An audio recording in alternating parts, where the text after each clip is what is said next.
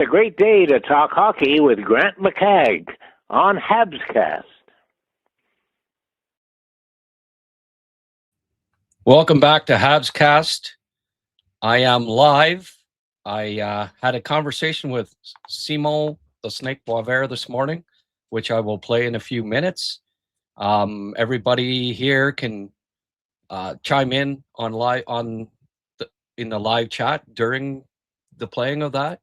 I will also respond to some of the comments and questions during the telecast of Snake's conversation, hour-long conversation that we had late afternoon or late morning, and it was a very good one.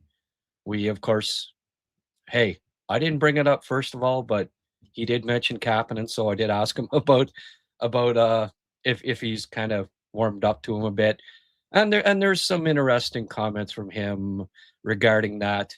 Also regarding Michael Hage, the Calder Trophy race, the Montreal Canadiens, who's going to play on the first line, the World Juniors, of course, we go into the Stenberg versus McKenna dilemma, and much, much more. So in a few minutes, I'm going to play the hour-long video conversation that I had with Snake, and we'll have some fun in the live chat, and I'll rejoin after to get to more comments live and questions.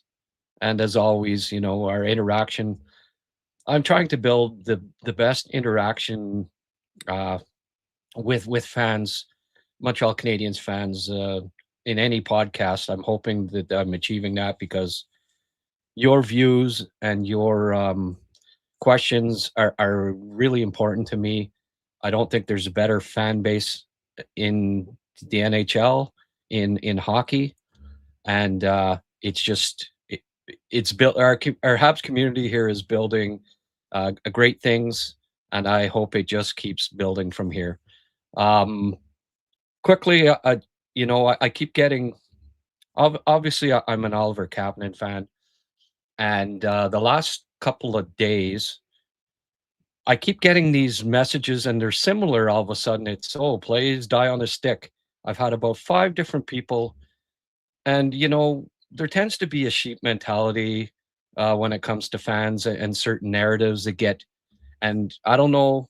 Usually, it's a media member that somewhere along the lines that said it, and then fans start repeating it, because all of a sudden it's like 5 different people have all said the same thing. That I don't think he can be a play driver because plays die on a stick. All similar vein, and usually it's been said by somebody in the media, and then fans pick up on it, and it becomes the top hot topic, right? The thing to criticize a player on. I mean, it's hard to criticize Oliver Kapanen's rookie year, right? But it's fair to a certain degree that yes, and I've said it. Oliver Kapanen does not dangle like Ivan Demidov. He doesn't play drive like Yuri Slavkovsky. Now, he's never going to dangle like Ivan Demidov, and maybe nobody other than Lane Hutson can dangle like Ivan Demidov and Cale Makar. Like, there's about 5 guys in Ivan Demidov's class when it comes to dangling. So, I mean, part of it is when you look at the guy right beside him and you, geez, he doesn't play like that. He doesn't have to. Was Patrice Bergeron a dangler? Was he stick handling and play driving No, he was controlling things with his smarts, with his play away from the puck, with his intelligent reads, with him going to the right spaces on the ice. And Oliver Kapanen as a center that's playing with 2 really skilled wingers. You need that. You need that balance. You need the guy. You need that player on the line. You can't just have 3 danglers that, they're all 3 of them are danglers. There's only 1 puck, right? So at least one of the players on that line, well, actually 2, need to be doing something smart away from the puck, because there's only one of them. Only one of them can have it at a time. But the main point I want to say about Kapanen and him needing improved puck skills, maybe not losing the puck as often in the offensive zone, and he does. It's all about experience. This kid has played 60 games in the NHL. Was Juraj Slafkovsky, it's taken him 4 years in the NHL to finally become a play driver. Doesn't happen overnight. Like Alex Newhook only started to finally figure out what to do with the puck in the offensive zone this year after, at 24 years of age, his 5th year in the league or whatever. Slav, same thing. Took him almost 4 years to finally be comfortable with the NHL speed and the space at the NHL level to be able to make plays holding onto the puck in the offensive zone. It doesn't come overnight. So, there's this, for some reason, there seems to be this mentality that, Oliver Kapanen couldn't possibly improve, like this is as good as he's going to get. Well, no. Did we not see a discernible improvement from him from last year to this? Even TSN had a thing, most improved player. They had a segment last week one day. Most improved player on the Montreal Canadiens. I don't know if it was Marty Biron or somebody said Oliver Kapanen. The player that we saw last year compared to the player we see today has improved more than any other player on the Montreal Canadiens. Does that not tell you that he's not done improving yet? Of course he's not. He's going to get more used to time and space with the puck in the offensive zone as he adjusts to this, just like Slav, as he adjusts to the speed, the size, the skill, the lack of space at the NHL level. He'll get better at it. I have no doubt about that. It's one thing that needs to improve the most? Probably. Well, everything else has improved. His speed's improved. His comfortability, his ability to get open, to get shots off, his shot, everything has improved. Actually, I've even seen improvements on that part of his game already this year. I don't doubt that by the end of the year, that will only be better, but give him a couple of years as far as being able to find time and space in the offensive zone with the puck. Yeah, but on the other hand, he's kind of a no-nonsense guy too. Yeah, he's not going to make the dangle there, but he's also going to chip it in to the right spot for the other guys to get. He makes a lot of smart little subtle plays that you don't really notice. No, is it fancy? No. But is it effective? Oh, yeah. Yeah. His puck decisions in the offensive zone are one of the reasons why that line is really effective. It's not always really noticeable because it's not sexy. It's not the Demidov dangle. It's not the Slav power cycle. It's Kapanen. And yeah, not sexy, but effective. And as I say, this, he can't be a second line center because pucks die on his stick. You're nitpicking on one thing, and you're suggesting that it will never get better for a kid hasn't even played 80 games yet in the NHL. Trust me, that will only get better as he gets more NHL experience, just as it did for Slav. Can you not say that he's better with the puck today than he was his first year in the NHL, his second year in the NHL, his third year in the NHL? Absolutely. We've seen him adjust to the speed and size of the NHL. It takes time. You're not a finished product in your rookie season in the NHL. Connor Bedard, is he not better today than he was as a rookie? Macklin Celebrini, is he not better today than he was as a rookie?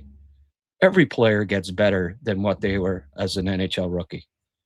Anyway, let's get to to Simon's interview here, and I'll join you folks in live chat, and we'll talk about tonight's game, what was said here, comments that you have in the live chat. Talk Hockey with Grant McCagg on HabsCast.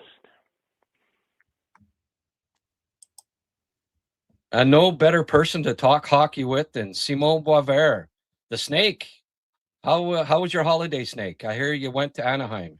Yeah, I went to Anaheim for a week. Yeah. I saw 3 Ducks games against the Wild, the Lightning, and the Sharks. So lots of good young players on the ice, especially the Sharks and the Ducks. Yeah, You're right. Yeah. Willie Smith, was he playing on the wing? No, unfortunately, wasn't Michael playing. He wasn't. He's injured. He's injured for a while. Michael Misa was at the World Junior Tournament, as we know, but I got to see Sam Dickinson. I got to see, obviously, Celebrini. And what I realized about, as I watch the Sharks a lot, and I did the exercise last week when I was at the game. When Celebrini's on the ice, the 20 minutes that he's playing, you have a playoff team. And when he's not on the ice, you have a bottom feeder, basically. So I think he has to be at least in the conversation for MVP if the Sharks make the playoffs. I doubt they will make the playoffs, but look, there's lots of hockey to be played still. So what you're saying is that the Canada's World Junior team could have used him, perhaps, if you've been available? I think just adding Celebrini would have been game changer. Given them the gold medal, him or Schaefer, or imagine both, and plus Seneca and Kindell and Dickinson and Catton had 2 goals. Berkeley Catton. Look, I mean, that would have been one of the best teams ever. Yeah. But so that's why I always find it funny when people question the growth and development of hockey in Canada just because they lost in the semifinals with basically 6-7 stars missing. Yeah. Yeah.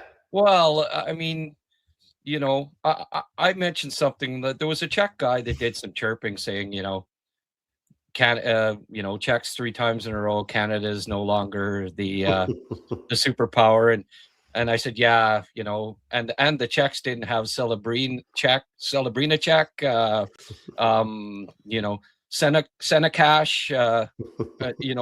I made them into Czech surnames, right? And he was chirping, and of course people saying, oh, you're crying, you're coming up with excuses. Well, listen.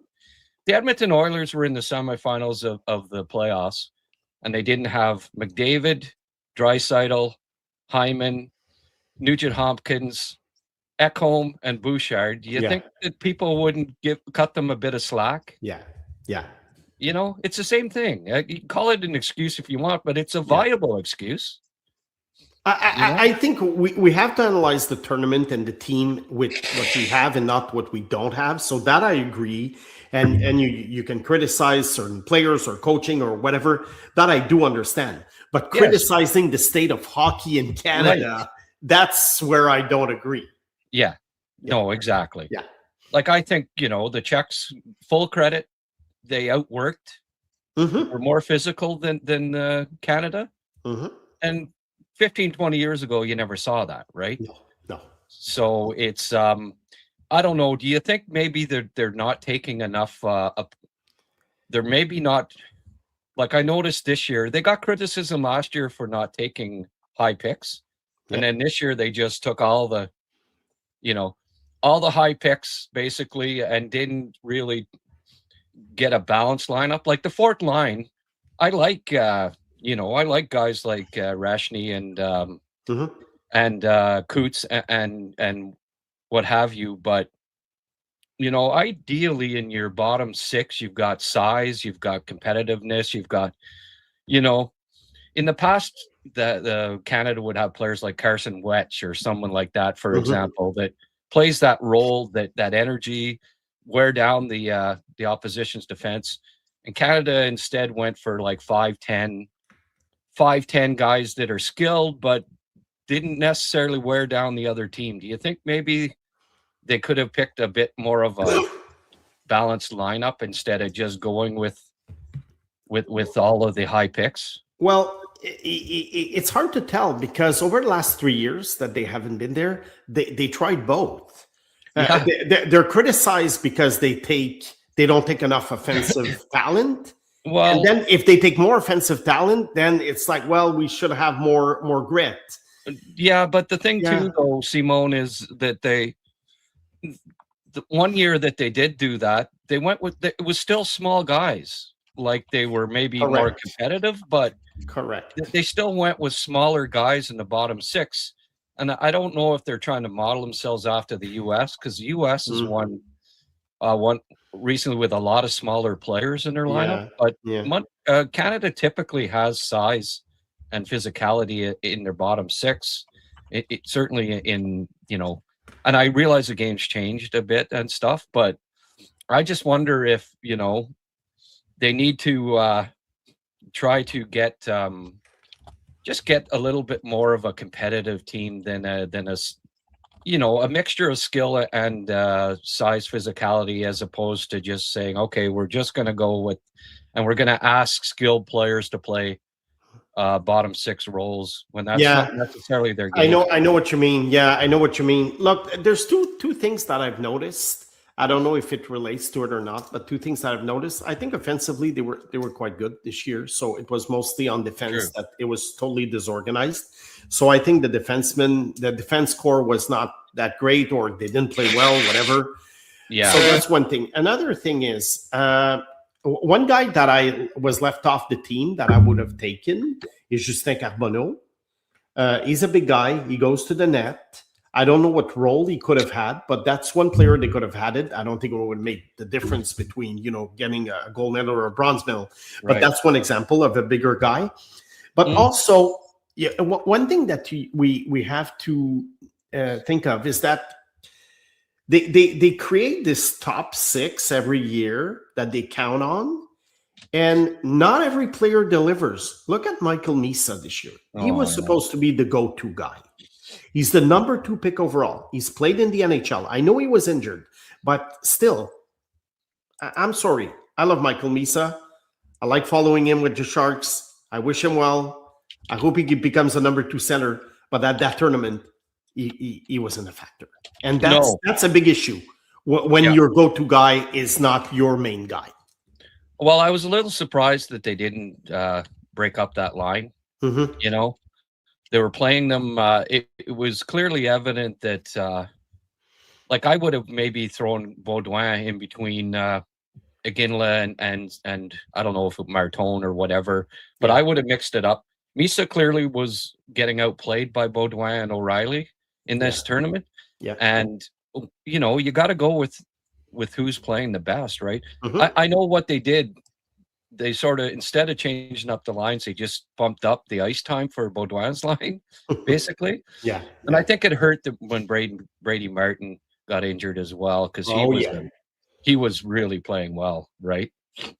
That then they had to move O'Reilly up, and then the third line wasn't quite as good, right? But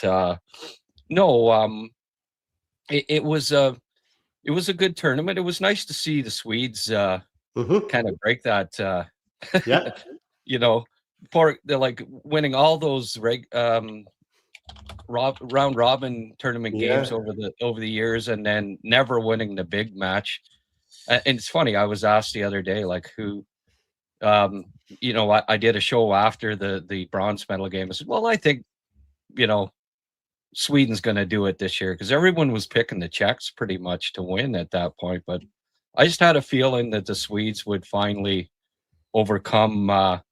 Did you think that Frondell was the best forward in the? I think so. In the tournament. He and Stenberg. Bjork was also very good. Yeah, I think those three were great. Those three were great. I thought Berglund was pretty solid too, as well. Yeah, I agree. I can think of, and it's not impossible that Stenberg ends up with. Frondell in Chicago, who knows? Maybe, If Chicago goes down the standings and they win the lottery, I know that's a lot of ifs, but it would be a fantastic duo, because Chicago is building a decent pool of young players, but they lack offense besides Bedard right now. I've got a little bit of bias here. I mean, look at the cap and everything, but I thought Michael Hage was the best forward in the tournament. He was. I think he was. For Canada, I think he was. Yeah. Yeah. I think in the tournament. But you think so for the tournament too? I mean, it was hard for me to pick a best forward on Sweden. Yeah, like, you know, I see what you mean. Yeah, but it wasn't hard for me to pick one on Canada. It was Hage. It was obviously Hage. Yeah, and I don't wear the cap. Yeah. Well, I mean, you know, even the TSN guys were saying, you know, Hage was the best, and it was curious. And Liam brought this up and said, you know, Liam McGuire, one of my co-hosts, and he suggested that it was political, and the fact that management team gets to pick the 3 players on Canada, and they didn't want to pick a college guy. You know, they went with the junior guys.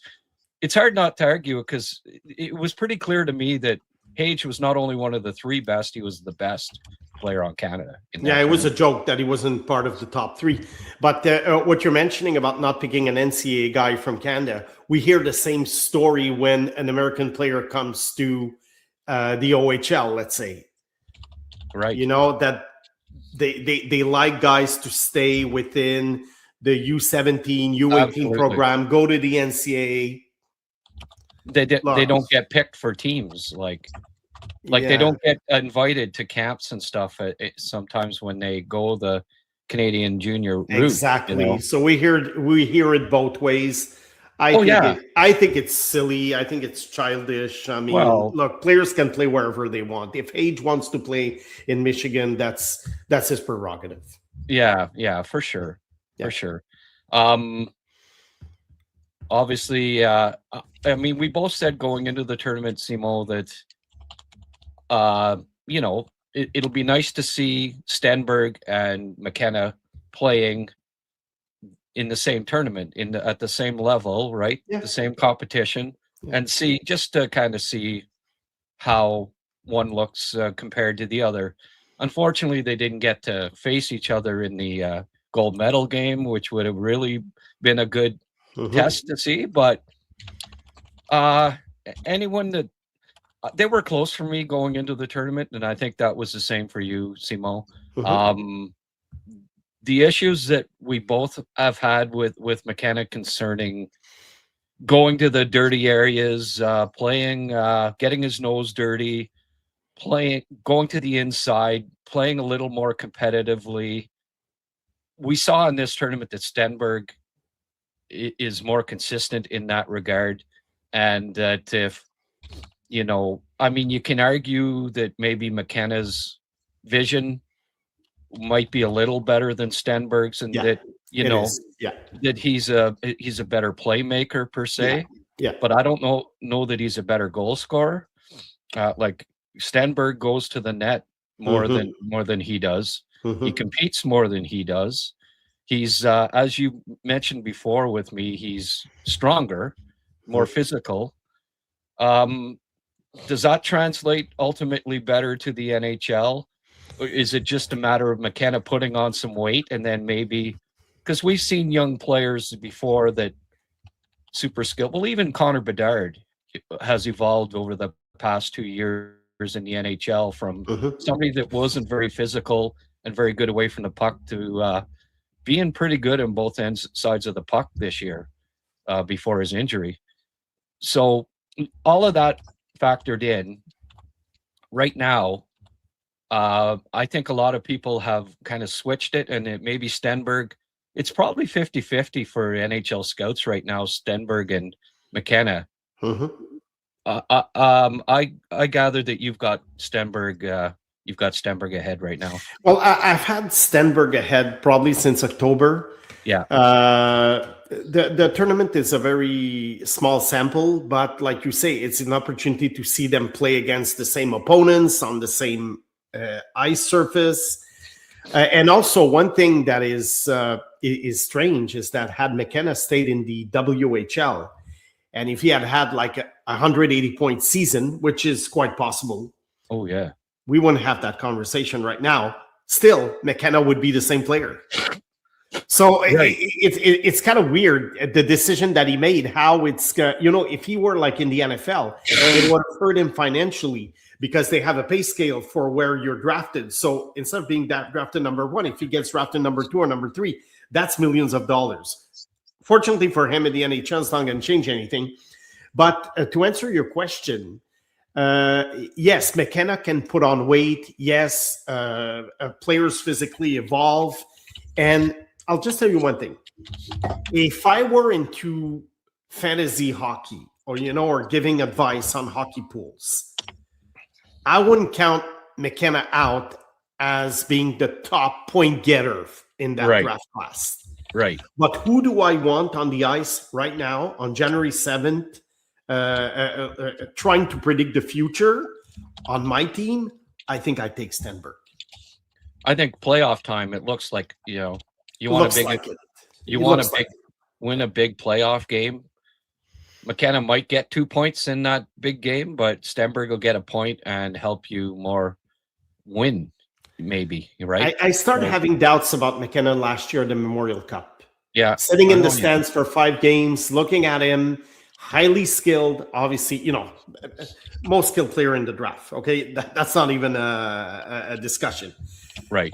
But it was playing on the periphery, not getting into the dirty areas, and some sort of I wouldn't say nonchalant, that's not the right word, but I would say more of a, okay, attitude sometimes, like the compete level, as you say.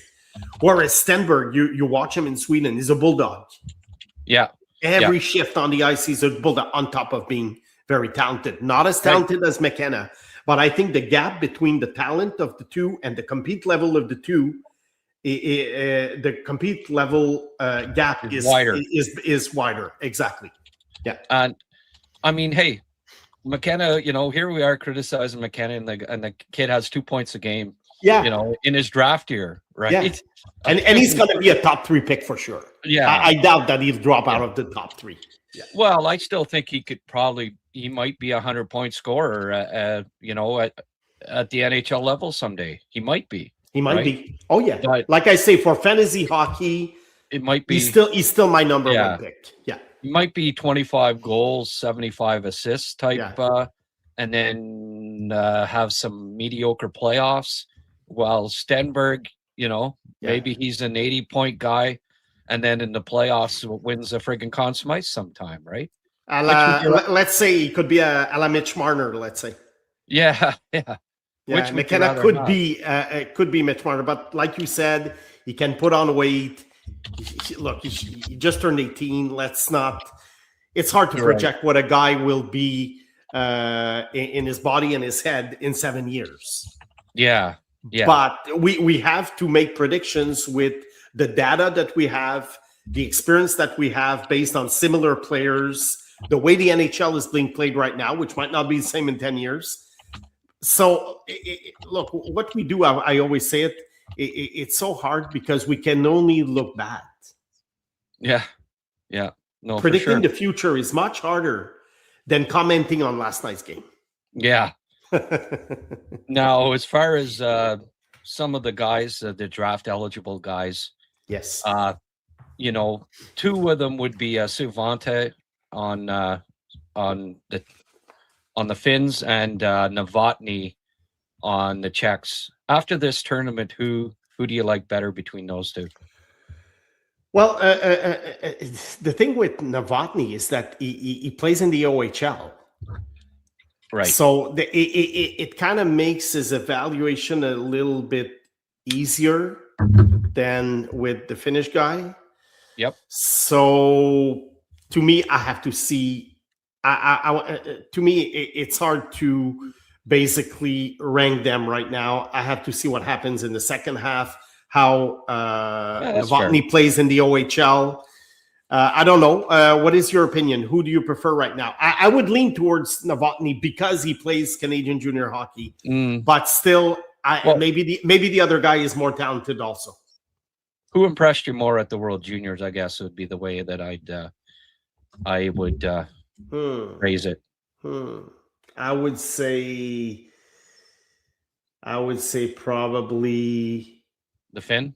The Finn guy. Yeah. Yeah. Yeah. Well, he got a pretty important role. He was playing in overtimes.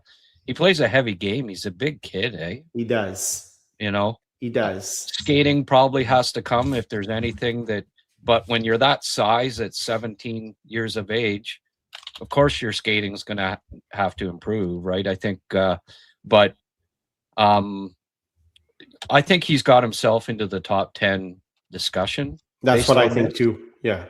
And but Schmitz, I don't know if you'd looked at him in Liga. You probably had, right? I have. I like him a lot. Oh man, he's a reliable, steady. Like the big European. In recent years, we've seen like Seider, Reinbacher, and this guy looks like the next in line from not one of the powerhouse hockey nations, but that is just okay. He's going to be at the Olympics. Yeah, this is the best defenseman to come out of Latvia since Ozolic, and he might even be better.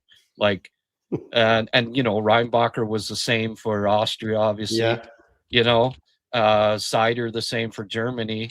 It's kind of cool that all of a sudden from these nations that haven't produced a lot of quality defensemen in the past, the odd one, but that all of a sudden there's 3 real studs that have come up in the past 5 years. And to be playing, I know Latvia is not a power, but they're always friggin' competitive at the Olympics.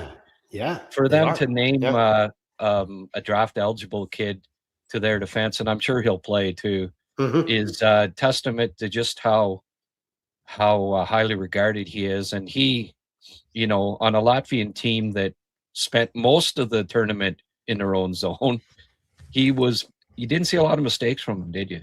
I agree. And I think it's a great idea that he didn't stay in his country to play hockey, that he went to the professional league in Finland. That's very, very good for a 17-year-old. Yeah. And I do think that right now he's in my top 7, I would say.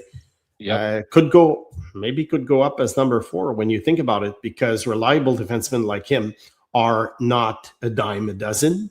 No. And it'll be interesting to see how it plays out at the Olympics, although it's a very small sample. I mean, you can't base your evaluation on like 2-3 games against Canada or the States, but still it's going to be a nice benchmark to see how he does against NHL superstars. But I don't think he would lose points in my book if he doesn't stand out, because also the team is very weak. But what I like about the fact that these countries are being a little bit more competitive now and they have better players is that there's probably expansion coming in the NHL. So you do want more good players from every country possible to fill out those rosters. Right. So every a German player or Latvian player or Danish player, whatever, it's good. You add like 5, 10, 15 more good players to the NHL. I personally, I love it. Yeah. I love that hockey is becoming more and more played around the world. And, there's less Canadian players than there used to be. There used to be like, 98, 99% when I was a kid. Now we're down to 50 something, I think. Yeah. Look, that's okay. It's competitive, and Canada still has the best players. Yeah. Overall, we still have the best players. It keeps us draftniks busy there with all the scouting. It used to be much easier. Yeah. OHL, WHL, QMJHL. That's it. Well, thank goodness that we have accessibility to these games now in Europe, which 20 years ago it was almost impossible. Exactly. You saw them in U18 tournaments and U20 tournaments. That was about it. But I know. Like I can remember Kopitar. Like I had barely seen him. I might have saw him play once, but you heard about this kid from Slovenia. And he's not bad. There were a few undrafted Finns that I thought kind of came to the forefront in that tournament. Did you was there any that stood out for you that you think might go, I don't know, top 3-4 rounds this time around? Well, I mostly focus on Piparinen and Suvento because they were the first-time draft eligible players. That's usually what I do. So I didn't really focus on the rest. Okay. I think the only guy in the tournament that stood out to me that went undrafted was for Czechia. It's Galvis. The defenseman. Well, that probably a fourth round pick, maybe fifth round pick. Look, he's 19 years old already. He's not a big guy. I think some team will take a flyer on him and see what happens. Yeah, well, he was outstanding. Yeah. I mean, his smarts and his skill is NHL level all day. Mm-hmm. It's just the size, you know.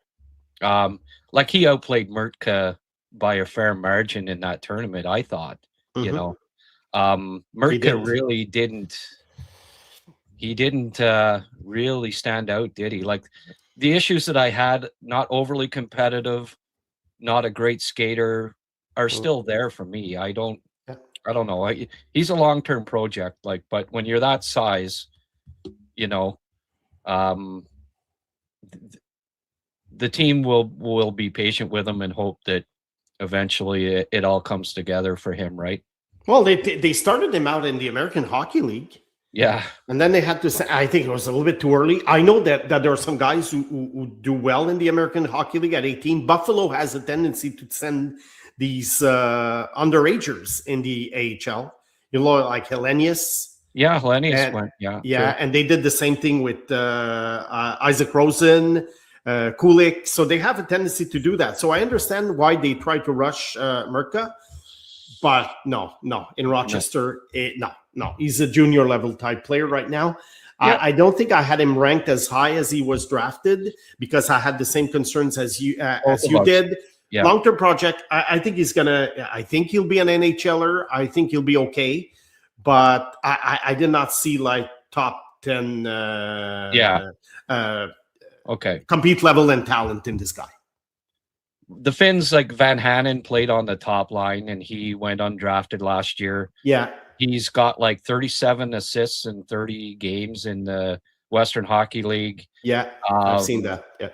He's going to get picked this time around, and it may be the top 4 rounds, maybe. He's a little undersized, obviously. Kuta plays in Ottawa, and of course I had him ranked in the 3rd round last year. So I know you like him a lot. Yeah. Yeah. And Tuva's the other kid I had in the 3rd that played got a lot of important points at the end of the tournament, and I think probably gets picked this time around. I mean, I don't think it's an overly deep draft again, and once you hit the 4th, 5th round, you know, you start throw darts. You start looking at 18, 19-year-olds. There's a certain amount, and especially a European one. You know, they're closer to helping you, at least in the American League, yet you still can wait 3-4 years, or there's a lot more flexibility with these kids. But you pick an 18, 19-year-old, they're also closer to helping your organization if they do come over, right? Yeah. You have a better idea of where they're at too. Like you know, you saw them at 17. Okay, you're looking at them again at 18. Okay, you know, he's made progress. We had him on our list last year, but we had another guy ranked at, like, that's typically how it goes, you know.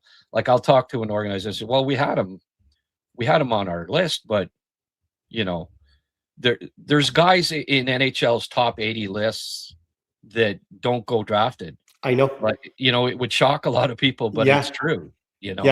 Yeah. Remember that sometimes a 150th pick overall might be 50th on an NHL list. Yeah, for sure. Yeah. And when they say, you know, we had them ranked a lot higher, they're not lying. You know, no, because it's mathematical also. Right. Yeah.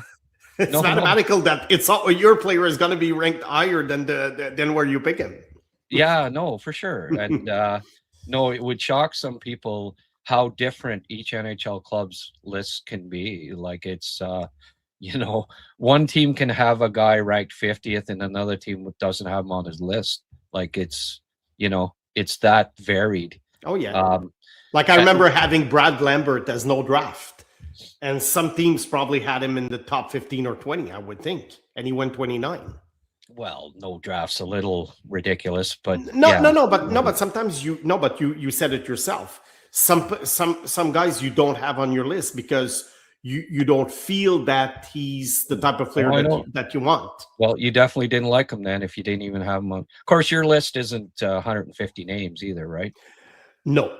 Yeah. But what I mean is that even if some guys, there are guys even if they're available in the 7th round, it's like you don't necessarily want to draft them. That's one example, but there's like players like that every year. And I'm sure it's the same thing with teams, and same thing in football or whatever, because I think each chief scout has his own reasons for liking or not liking a player. And even though I get it. Yeah. We're talking about Merca. Okay, Merca, I'm not sure I would have been that enthusiastic about drafting him, although he was on my list. Yeah, but it depends on where you pick. You know, if he's there in the 6th round, or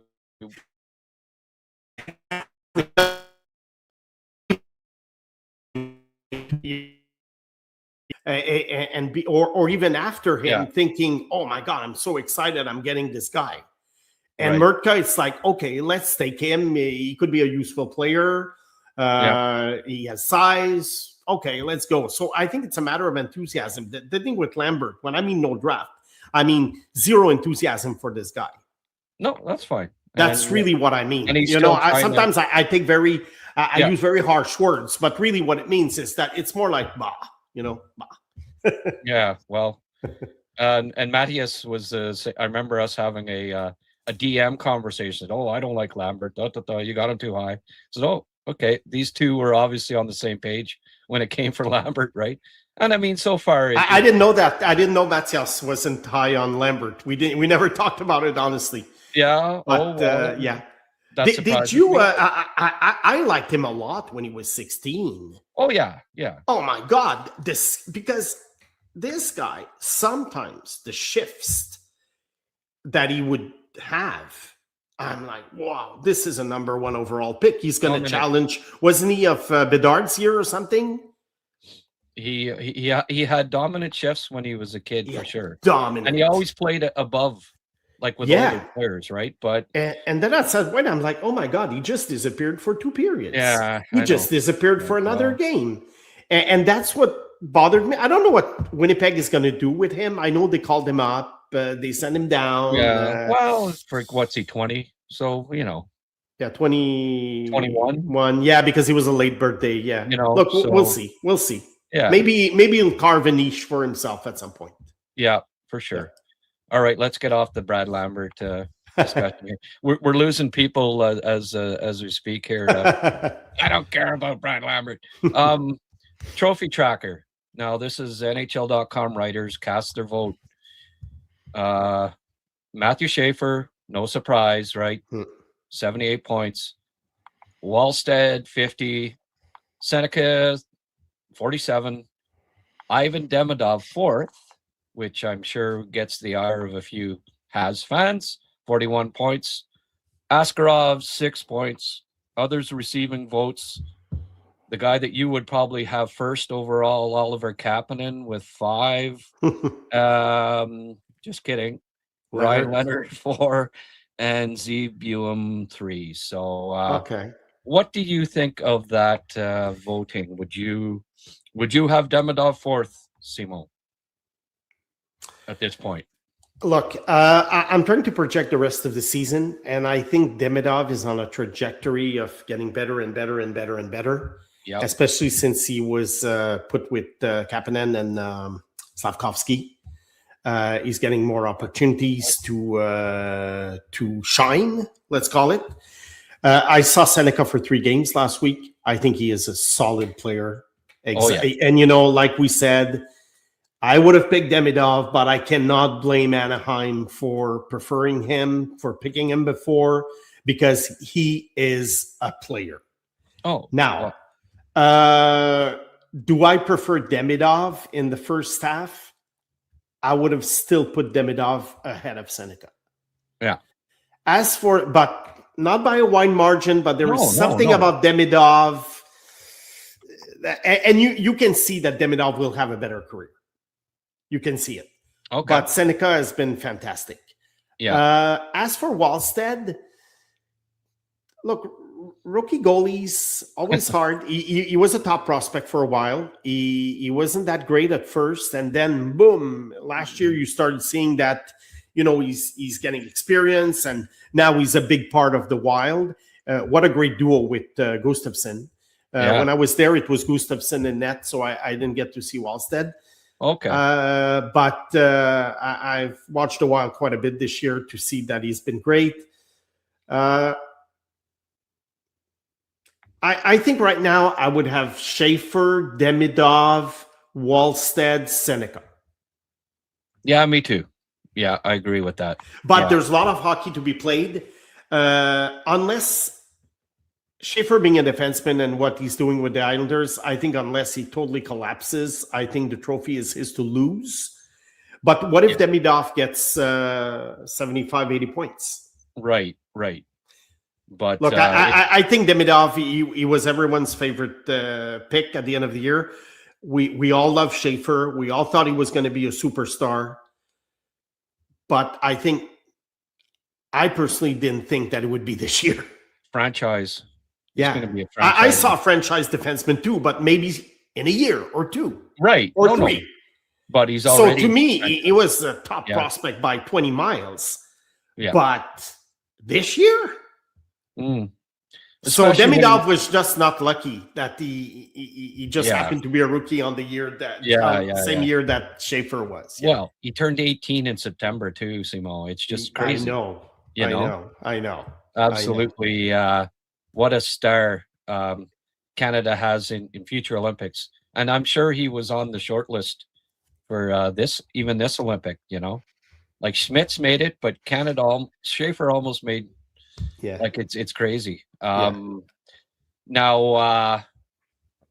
that's and Buem obviously, and Leonard having really solid rookie years too, right? They're it's a nice rookie class this year.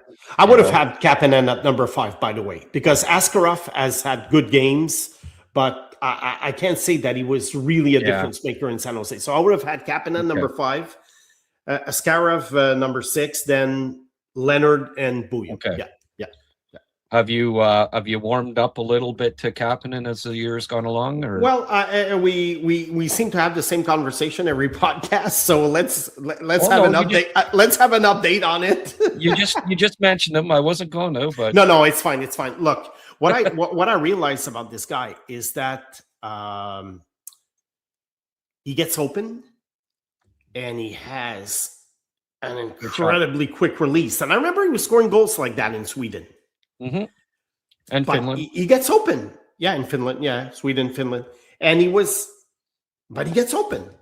Right. It's incredible because if you look at his 13 goals, a lot of them are similar.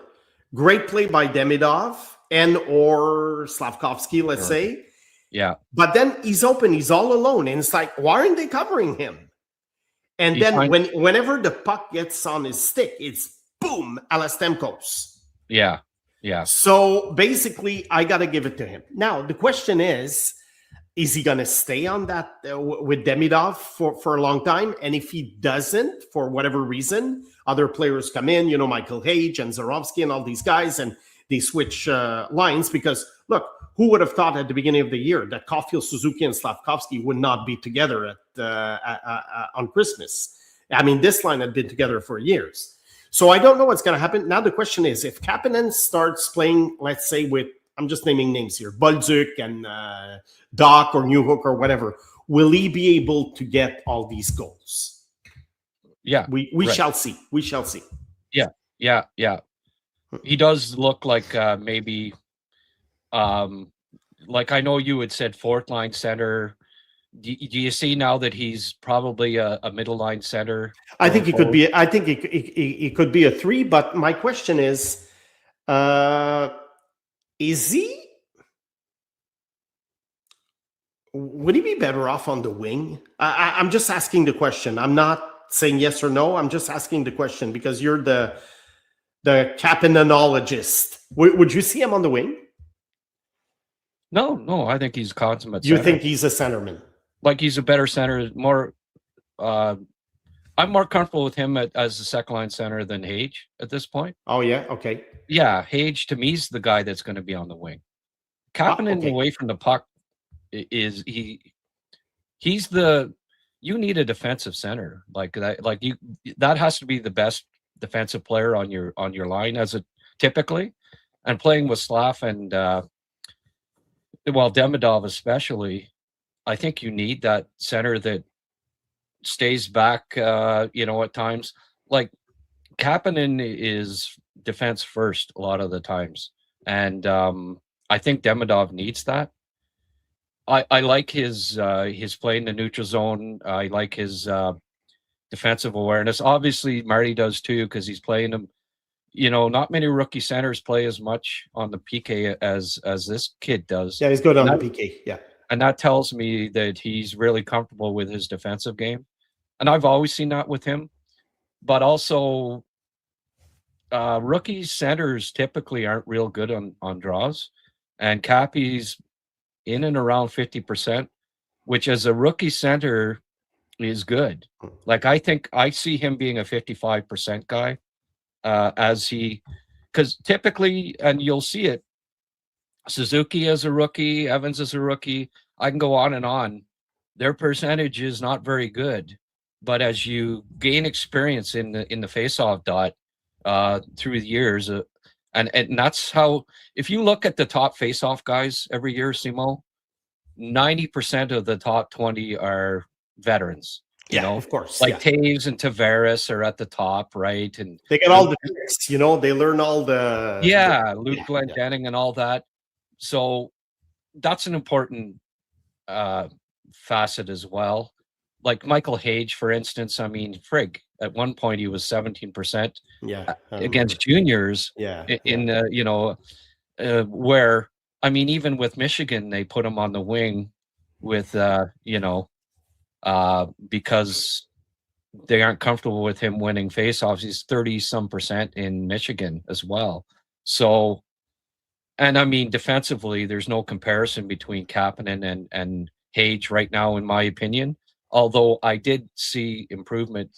I have seen improvements from Hage in that regard. Yeah. I thought he played a good all-around game at the World Juniors. Here's my question.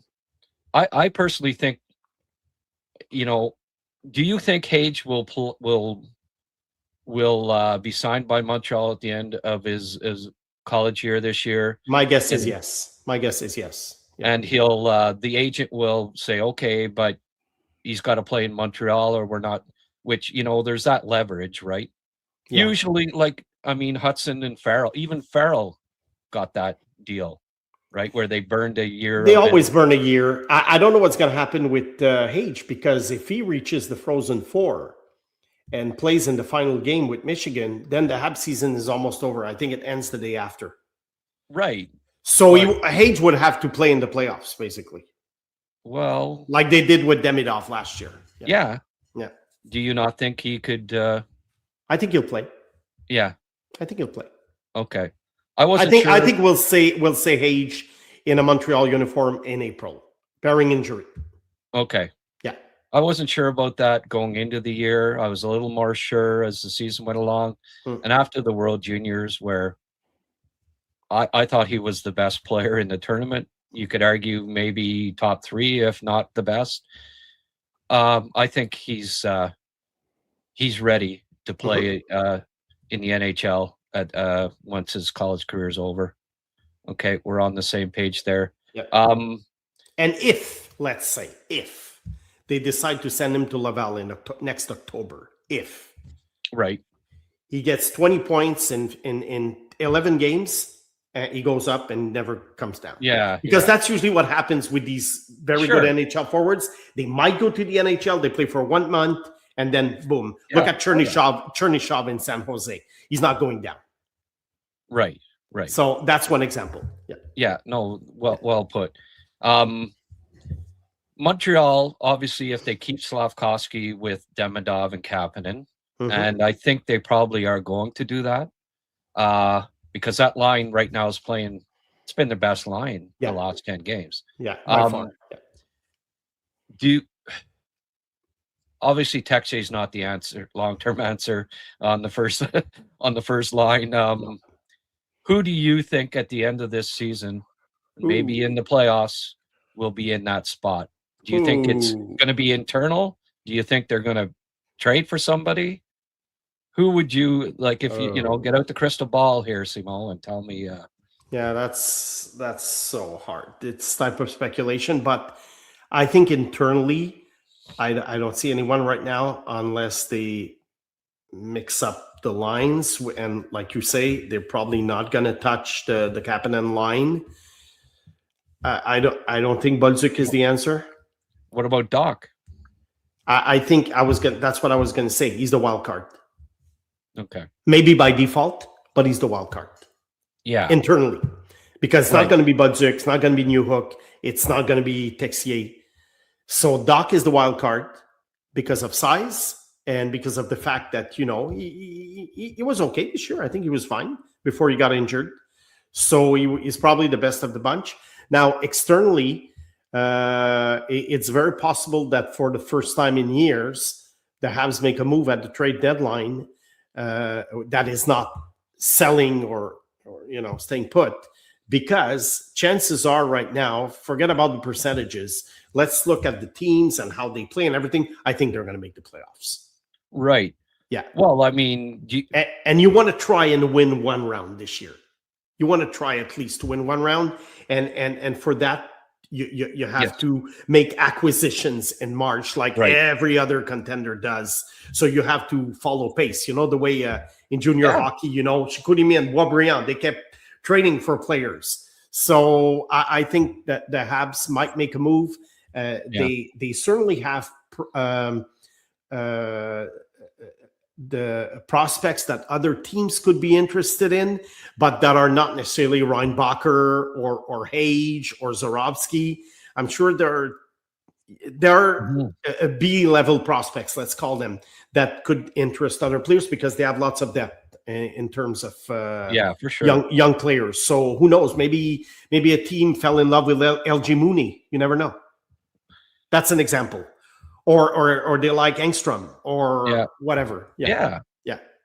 Do you not think that the Habs, like the East is wide open as far as I'm concerned this year? Yeah. Do you think Florida with Barkov and Tkachuk coming back, or like I think really the Habs? I don't see why the Habs. I mean, you gotta get lucky. You gotta not have injuries at playoff time. This and that. But I think the Habs could surprise and win the East this year. If you mean the regular season or the no, I mean the Eastern Conference. You think that they maybe only can win a round? Like best case scenario for you is just winning one round this year? It's not about best case scenario. It's about I'm trying to figure out who they're going to face, what Florida is going to look like with Barkov and Tkachuk back. I saw Tampa last weekend in Anaheim. They're very impressive. Yeah. They're skilled and big, and they're on a roll, but it's only January. Who knows how they're going to be in 3 months? But Tampa Bay looked like the Tampa Bay of 3 years ago, let's say. And they look great. They beat Colorado last night. I watched a bit of that game. They look very good. Look, it's so hard to tell because I'll tell you why. Because contrary to these established teams, Florida and Tampa, for example, which are the good veteran teams, the Habs are hard to judge because they're on a trajectory that is going up for the next few years. 2027, 28, 29, 30. But like Kent, you said yesterday, they're ahead of schedule. That's right. I found that interesting that he said so. That. So it's hard to tell. How is Demidov going to be in 3 months? We know he's going up, but is he going up like this? For exactly like this or like that. So the Habs are very hard to predict what kind of team is going to be in 3 months. That's why I don't know what's going to happen. Right. All I know is that Tampa and Florida with Barkov and Tkachuk, they're established teams. They're a big team. They won Stanley Cups. They still have a great core. So it's going to be tough. But it depends on who the opponents are, and it depends on where the Habs are and what acquisitions they make. Right. Come March. Let's say they get, I'm naming a player because Florida did last year out of nowhere. Let's say the Canadians get a Brad Marchand. Right. You know what I mean? Like Florida, out of nowhere, they get Brad Marchand last year. Yeah. Because Boston wasn't doing well, and they wanted to, his contract was expiring. Yeah. That changed everything. Well, and then you have a third line of like Doc, Deneau, and Bolduc or whatever. That's a pretty good third line. Yeah. Right. So honestly, I don't know. I don't know what to make of the Habs this year. Yeah. Well, the only thing I can tell you, however, is that I think they're making the playoffs. Okay. Well, I think what may work against them is the fact that the two best teams probably at playoff time this year will be Tampa and Florida. Yes. Or their two biggest roadblocks. Yeah. And unfortunately, it being going divisional, right? They're likely going to have to go through those two teams just to make the Eastern Conference final. So it's going to be a tough road for them this year for sure. But because I think if they were in the Metropolitan Division, I think they would have a very good chance of coming out of it. Yeah, I do too. Yeah. But they're right now, and this is the first time we can say this in probably 40 years, or they have as much skill as any team in the Eastern Conference. I do believe, like skill wise, the Canadians are right there with all these teams, right? Yeah. So just to get more experience, I think the best thing for the development of these young guys would be to get more playoff experience. Like you kind of touched on it. Like get to the playoffs. Hopefully win at least a round, and just like the best thing for your experience and development as a young player, I think, is playing in the NHL playoffs. And so it's going to be, the Canadians are going to go for it at the trade deadline because they want to make the playoffs, and they would like to obviously win a round or two minimum to for this group to gain more confidence and more experience in the important games, right? Yeah. And every Stanley Cup winning team, or let's call it mini dynasty of the last 40, 50 years, if you look at their playoff pedigree, they always started by getting into the playoffs, then winning a round, getting to the Final Four, and then the Stanley Cup. Pretty much. Yeah. The Chicago Blackhawks, it went pretty fast. They missed the playoffs. Chicago was an example. Pittsburgh with Crosby, it was pretty fast, but still, they at first they lost because it's like, okay, this is what the playoffs are. Yeah, they went to the final and lost, and then they won. Yeah, Chicago, and the first time they were in the playoffs, they lost in the first round, but then they climbed up. Same with what you call it, Tampa. Tampa even lost to Columbus. Right. In the first round. So these things happen, but then you learn from it. So I'm a big believer in this idea of making the playoffs and progressing. Yeah. No, for sure. Even the Edmonton Oilers, their dynasty there. Same thing. They had to learn to lose before they won. And Chicago was an anomaly. It doesn't happen that often. I don't know if the Kings were sort of that way too. It kind of happened quickly that they were 8th place and won the friggin' whole thing. And but do you see maybe Hage if they don't trade for a top 6 winger, if they Doc, I think they're going to try Doc on that line. He's played with them before, and wouldn't make big sense. Guy, that can kind of replace Slavkovsky, sort of. And if he doesn't work out, they sign Hage. He's looking good. Can you see Hage playing with Suzuki and Caulfield at playoff time? I'm trying to remember exactly how they used Demidov last year. Could be, very often you can predict the future, but by watching, how a coach used a certain player the year before, 2 years before. Second line, I think, last year. Yeah, he was playing, 13 minutes during the playoffs? 13, 14 minutes, I think, against Washington. I could see the same kind of usage, but again, it's like you say, it's the fact that they moved Slavkovsky out of the Suzuki line makes it very unpredictable what they could do. What if they put Hage and it works well? Right. Well, I think he's got it's pretty apparent he's got top 6 upside somewhere, right? Yeah, I see it too. Yeah. Yeah. You think he's going to be a center, though? I like his vision, and I like his passing game. I mean, one thing that is very underestimated is that Will Horkoff is scoring tons of goals this year. And what I've noticed when I went to see these guys, I was like, my God, Hage makes the play and he puts it in. And we saw that Horkoff at the tournament, the junior tournament, which was the first time he was playing with Hage this year. We didn't see much. No. So I don't know if it's a coincidence, but the point is, I think Hage is a great playmaker. For that reason, I do think that there's a path to being a center for him. Now, you mentioned the face-off issues. Yeah. Yeah. I have to agree that it's part of the game. It's part of being a centerman. But they hired Marc Bureau. Can they work on this with Marc Bureau? Yeah. Well, I think this is something that you can work on, I would think. Kucherov and Marner managed to get quite a few assists playing on the wing. Exactly. Hage, a lot of his points come from the wall, right? Like on the power play and such, you see him making the plays along the wall. So, I think he could still be a high assist guy playing on the wing. My evaluation of Hage 2 years ago, and that's a million years ago, obviously, before his draft, I had him 18th overall. He went 21. So that was pretty much in the range.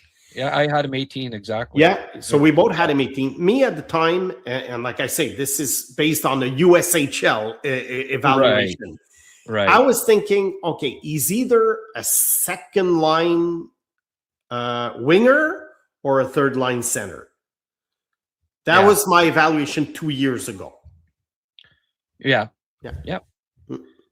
Well, I think now you could say, his upside, first line winger, second line center, might be his upside, right? Well, it's top 6. It's obviously top 6. And his floor is like third line center, I would, or wing, I guess. I pretty much agree. Much agree. Yeah. Okay. Just quickly here, we'll end with this. Simon, you're scouting with the Hull Olympique. You look at American players, yes, and such. With the changes with now CHL players being eligible to go to the dynamics have changed in how you shape a junior team in Canada. Yeah. I think what we're seeing here is really talented 18, 19-year-olds now are going to college in the States instead of finishing their careers in Canadian junior hockey. But conversely, we're getting more 16, 17-year-old Americans coming up to play junior hockey as a stepping stone to maybe, they might finish their careers in junior hockey before turning pro, but they also could go back to college hockey when they're 18, 19 as well. Is it changing how you approach the draft, the JHL draft, when you're looking at these guys and saying, okay, we need to try to find kids that are going to play, that are ready now, that will come up and play 2 years for us, or you don't want to get star players necessarily, because then they'll go back and play college, right? Yeah, that's a good question. Ones, but you want good ones that are ready for you now. That you hope will finish their junior careers with your club. How do you approach it when you're Look, I think when you have a player like Alexis Joseph last year who was available for the draft, even though he might go to the NCAA, and I'm just speculating. I'm not saying he will. I'm just saying he might. For argument's sake, you can't pass on a guy like this. No. However, when it gets to perhaps the second round or even the late first round, and you're thinking, okay, for sure, we're going to have this guy for 4 years or even 5 if he plays at 16 and 20. It could be a factor. Now, how do you know? Well, sometimes you know because of the grades at school. We have access to these things. You also look at the type of player that they are. Also, do they speak English? Because in the queue, remember, we're in a position that is not as hard as the OHL and the WHL because of the language barrier. And I knew that more and more French Quebecois players do speak English and can study in English. It's obviously not 100% of them as in the OHL and the WHL.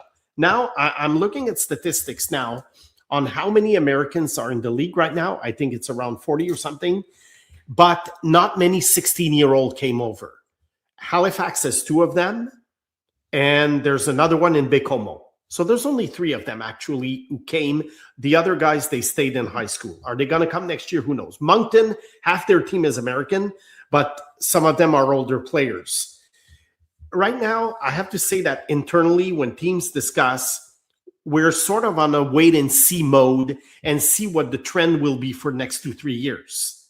So It's sort of an unknown world right now. We just saw Tynan Lawrence going from the USHL to Boston University in the middle of the season. So in the queue, the big name who left was Justin Poirier last year. Right. It's very sad for Bécomo fans. They don't get to see a 50-goal scorer for his last season of junior hockey. But in general, Justin Carbonneau was talking about. They were talking about him leaving. He didn't. He stayed in Boisvert. What I'm doing right now is I'm putting together like data as at what age do Americans come? How many do they come? When do they leave? And how many Quebecois players are leaving?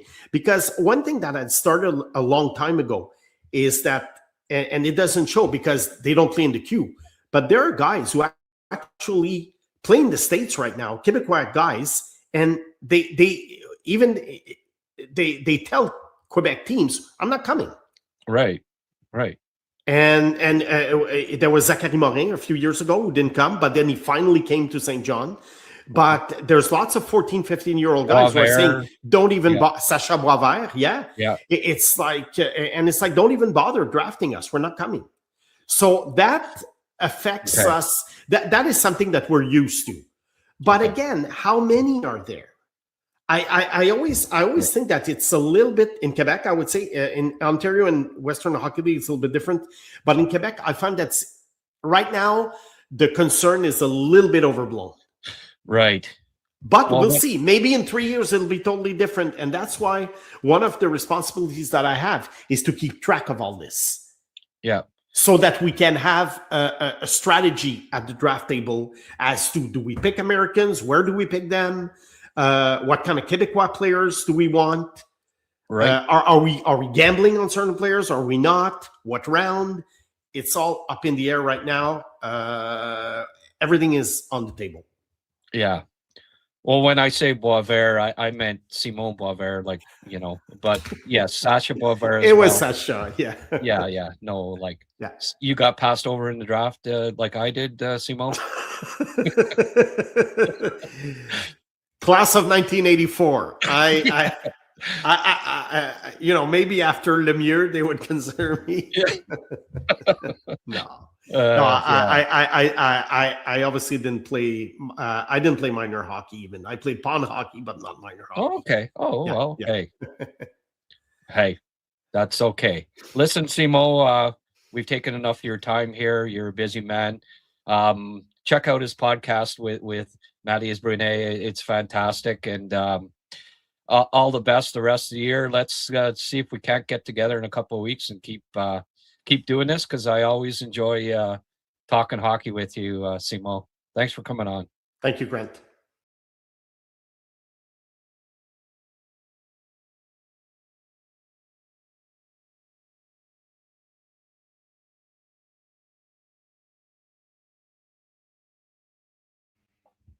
Unmute the mic. There we go. I cut myself off there. Oh, well. Sometimes got to be cut off. Yeah, so that's yes, Skeleton. I realized that I was muted there. Thanks for letting me know. So that is my podcast with Simon. Let me know what you thought. Hey, just got my first donation here. Waited till I was live. Hey, thank you, Francois, for the $2 stipend. Always appreciated. I'll go get myself a coffee there, maybe after. I think I'm going to go for a ski today. It's actually warmed up. I can take the puppy out as long as we get wrapped up here fairly soon. But I'll get to a few of your questions. There were some good ones here. Joseph, the systems builder, he went from being behind Heineman to being the one still on the team. Kapanen is for real. Yeah, I think so.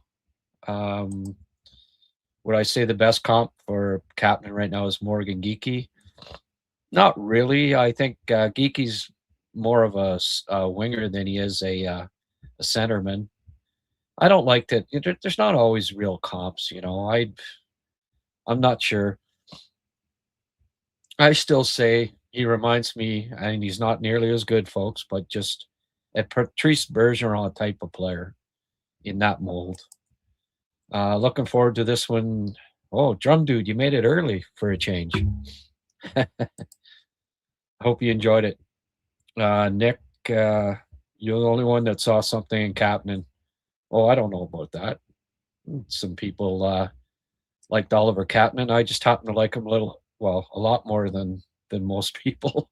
I always had him top 5 in my Habs prospect rankings, and I was stubborn about it. And, once in a while, a player ends up making me look half decent. So I'm always going to be grateful to Cappy for that. I was one of the doubters, Grant, not for a while, though. Kid is really playing well. I'm 100% behind him. I want him to be a solid center for us. Yeah, I hope that is the case with Francois. Who would I consider the best second line in the NHL? I don't follow lines close enough. I mean, lines get changed up and down, Francois, quite a bit, right? You know, somebody listed a few here, but even then, you know, you could say, well, no, that guy's not playing with, you know, like there was a few combos there that I said, well, that's not the way they have them lined up right now. So lines, especially second lines, typically are changing quite often. So I couldn't really fairly answer who I think is the best. And I mean, you can't always put numbers on the lines too. Like, is the Kapanen line the second line really in Montreal right now? You could argue that they're the first line. They're playing that way. We always number these lines, but sometimes that's a little, you know, it's still subjective, right? Was Jacques Lemaire, yeah, a great dangler? No, he wasn't. And I don't know, this thought that, you know, centerman has to be driving the line. It's not, you know, if you've got 2 play driving wingers, there's only one puck, right? They can't all drive the play. Kapanen can be the Steven Ruchin to the Solani Korea line. Well, yeah, that's not a bad comp. Hi, Grant. Keep promoting the interactive angle of this channel. It's one of its best features. Good community being created here. It's not a cesspool of criticism, just a good place to talk Habs. Well said, Mr. Ed Tamboni. I agree. Oh, Fort George. Janet and Three's Company. Domino Rendezvous. Kapanen's Company too. Listen to Grant on Cappy. He ID'd him earlier than anyone as a quality player. Trust me, Grant has a read on this guy. So far, so good. If you have a chance to talk about Hage, I was upset the tournament over Hage. I was upset of the tournament over Hage. What are your thoughts on this? I watched every single game, and Hage had presence in all the games.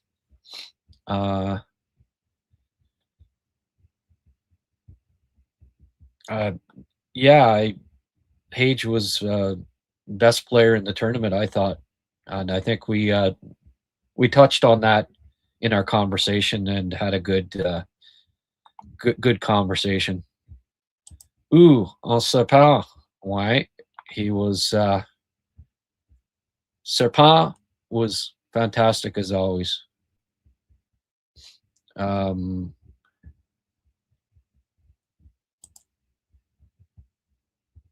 Chihash, MVP, these guys need to learn hockey. Yeah, I didn't think he was the best player, that's for sure. Not like Hage, where it was consistent game in, game out. He was dominant. Chihash would not have been my pick. They went with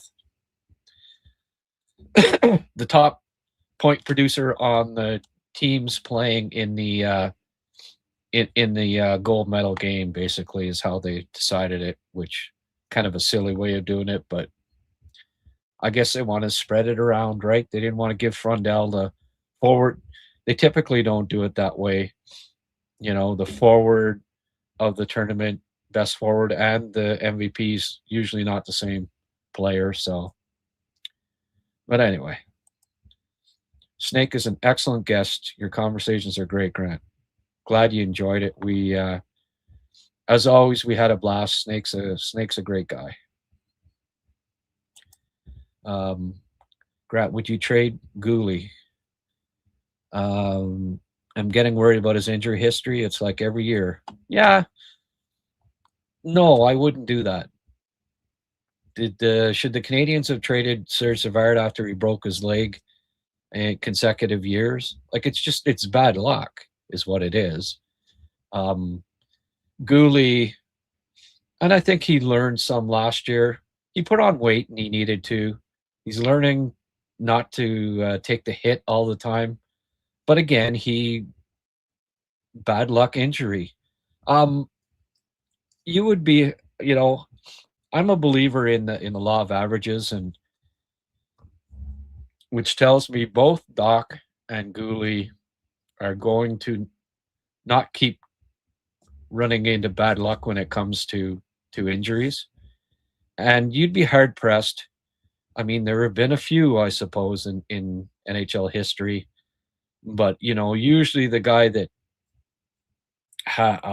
is injured from the day he joins the league to the day he quits is someone that gets a long-term injury that they have to retire early.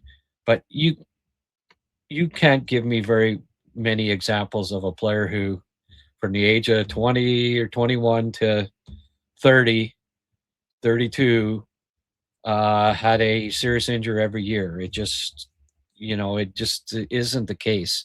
And law of averages, which I'm a believer in, is tells you that these guys are going to start having some healthy seasons now. Noah Juleson looked like he, early in his career, right? Looked like he was going to be injury prone like he'd get injured every single year. He'd be out. Well, that hasn't been the case in recent years. He got over the orbital bone injury. He's He's not injured all the time now. There's lots of examples, and you don't trade a guy that is needed.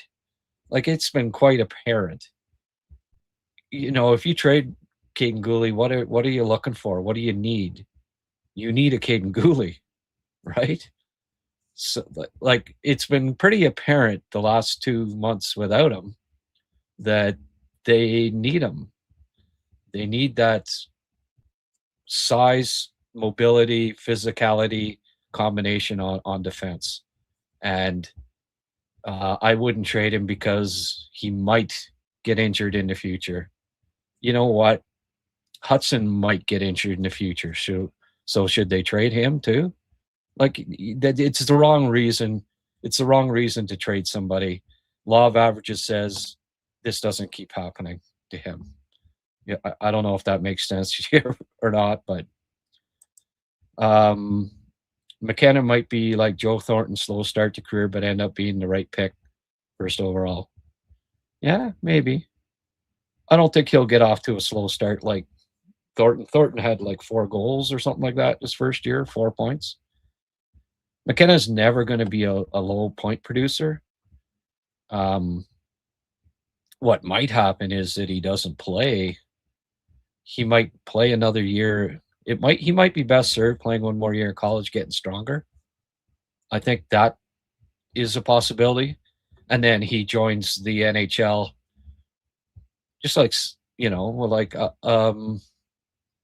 like some other guys, like Owen Power did that. He was first overall, but he needed another year before he joined the NHL. I think you could see it with Ryan Leonard did it.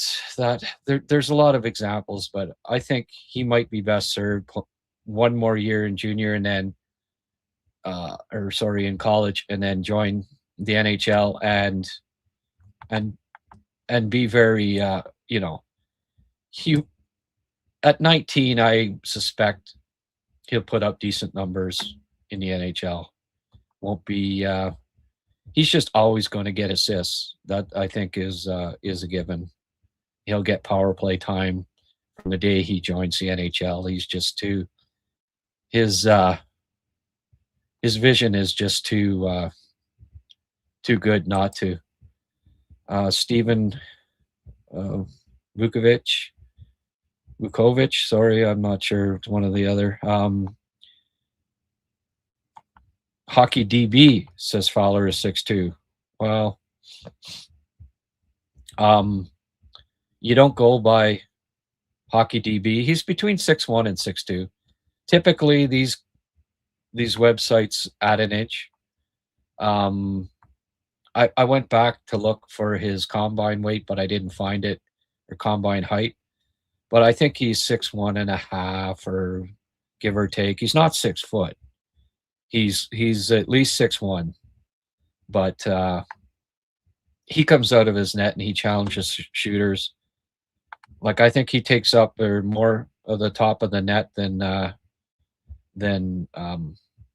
Monty in a lot of instances, because he actually comes further out and challenges the shooters. What was going on with Koivu? Did I miss something? Well, I guess you missed him being on the ice for 2 goals against his first 2 shifts of a big game, and they benched him the rest of that game, sat him out for 2, and then dressed him at the end of the tournament again. But Koivu, hey, not every prospect can hit, right? If his dad wasn't Saku Koivu, the Canadians probably don't draft him in the 3rd round. I certainly didn't have him ranked as high as he went. It was a bit of a, I think it was a personal thing to a certain degree with Saku. It was a nice touch. And in the 3rd round, you're getting players that maybe 25% chance of them ever playing anyway. So I got it. I understood why they made but you can't, Canadians have been more than fortunate with how many 3rd round picks they've hit on in the last few years. And just math alone tells you, with the amount of young players that are on the team, with the amount of high picks, top 60 picks that they've made in recent years that are going to make the team, that a lot of third and fourth round guys that they're picking and later especially are just, there's just not going to be spots for them down the road. Koivu, hey, right now he's I don't have him in my top 15 has prospects, and I may not have him in my top 20. But that doesn't mean that he still can't come on. Just like Meshar, it's not over for them, but they're long shots now to ever play for the Habs. It's fair to say. Retrying my question from the start of the chat, what would you consider the second best line in the NHL? Yeah. Well, as I said, I don't know. I don't follow second lines close enough. Dallas for me was seeing somebody says Robertson Hintz. Well, Robertson was playing with Johnson and Rantanen the other night, was he not? So lines get changed up all the time.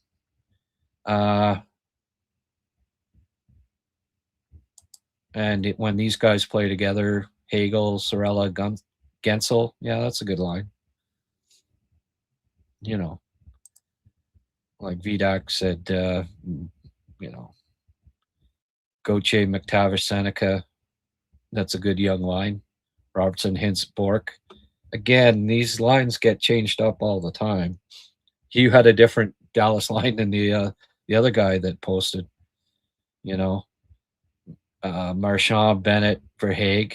Again, these lines get mixed up lots. Johansson, Eck, Boldy. Wouldn't consider that the second line. That's the first line. So again, it's hard to slot what is the first line, what's the second line, and they're getting changed up quite a bit. Some good second lines there, but Habs have a goodie. Oh yeah. Worry about other teams' second lines. Habs. How is it that Anaheim line doing defensively?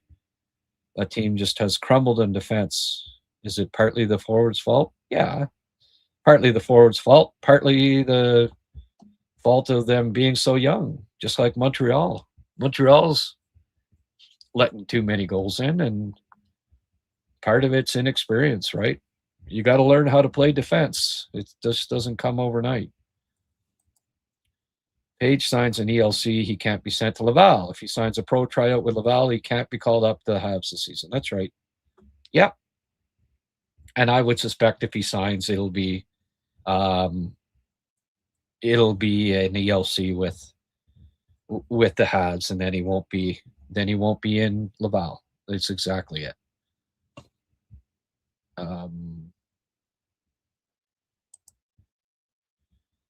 This divisional playoff format needs to go. I hope Dallas, the big TV market, gets knocked out the first round, so it forces Bettman to change course.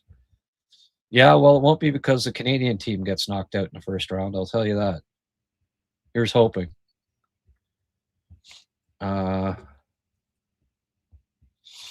Hughes said yesterday he doesn't expect a lot of trades. Well, they don't need to make a lot of trades, really. You got to see how the lineup looks when injured players come back, right? You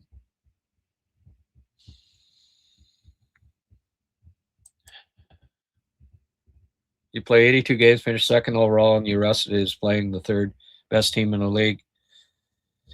Just don't go back to 1 or 8 or even better 116 and actually reward teams. Yeah, I'm not a big fan of the. Plus, you already play these teams more than any other teams in the regular season. I don't believe that you have to play a team 12 times in a year, like Bettman seems to think. But as meant, Dallas, what are they, 1-5 in their last 6 or something like that? Yeah, it's too early. And this is a good point, Francois. It's too early to be anointing any team the second best team. in the NHL right now. We'll see. The West has the 3 best records, true, but also the West has the 3 worst records too. So are they really the best? You know what I mean? I mean, they're having to play against the weaker sisters, and that's one of the reasons why they have the 3 best records. Kind of a combination of things.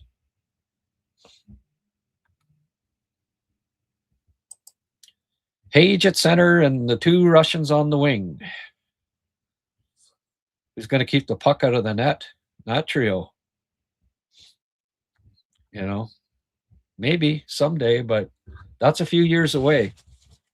Loads of skill there, but yeah, I think it's been shown many times, you know, that you don't just put the 3 stick handlers or 3 offensive players together on a line and think that, like, you know, you look back at this group, just for instance, of really good second lines, right? McTavish is a hell of a 2-way centerman. You know, you could put Carlson with Seneca and Gauthier, but how are they keeping the puck out of their own net, right? Robertson and Bork have Hintz, who's a two-way guy. Bennett's very good defensively, playing with Marchand. Verhaeghe, who's also good defensively. Johansson and Boldy got Eck, who's one of the better 2-way centers in the league. All these instances, Hagel, Cirelli, Gensel. Cirelli's more defensive center than he is an offensive center. And again, what is the commonality there with Kapanen? That there is a defensive player. They're not all, it's not 3 danglers all on one line, offense first players. There's a balance there. And it's why Cappy's on centering the second line, and why I'd be surprised if you want to win at playoff time, Hage centering Jurowski and Demidov. There's going to have to be a lot. It's going to be a few years before that we ever even contemplate that being a line that we see at playoff time that helps the team win, because they'll all have to really improve their defensive games. While Jurowski and Hage, and especially at the NHL level, it's part of the process. Hey, Fort George, $10 donation. Great content today. Thank you very much for that. I was starting to wonder if I'd hit double digits in donations on this one, and I'm proud of this one. I think it's well, and we've gotten good numbers too. We've been over 150 people on in the middle of the day, in the middle of the afternoon. That's encouraging. We just keep growing here slowly but surely. And I have to thank all of you fine folks for supporting this endeavor. Let's get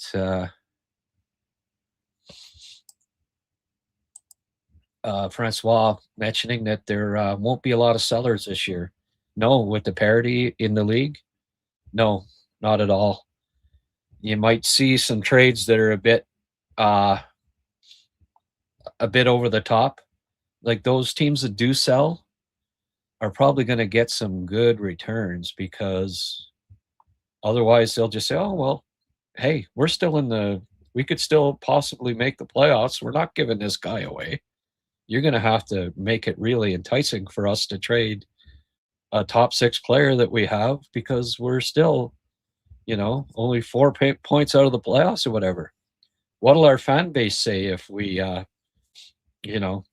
we trade this top 6 winger for a second round draft pick? They're not going to be too happy, nor will the players on the team. So no, there will have to be I don't think there's going to be a pile of trades this deadline, but the ones that involve a significant player going from one team to the other, I think the returns are going to be steep.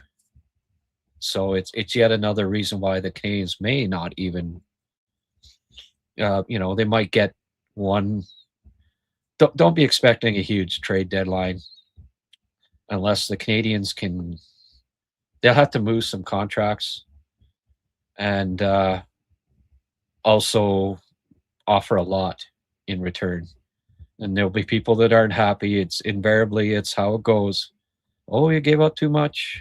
How did we give up that draft pick or that prospect? Well, because you have to pay. Just quickly here, Logs End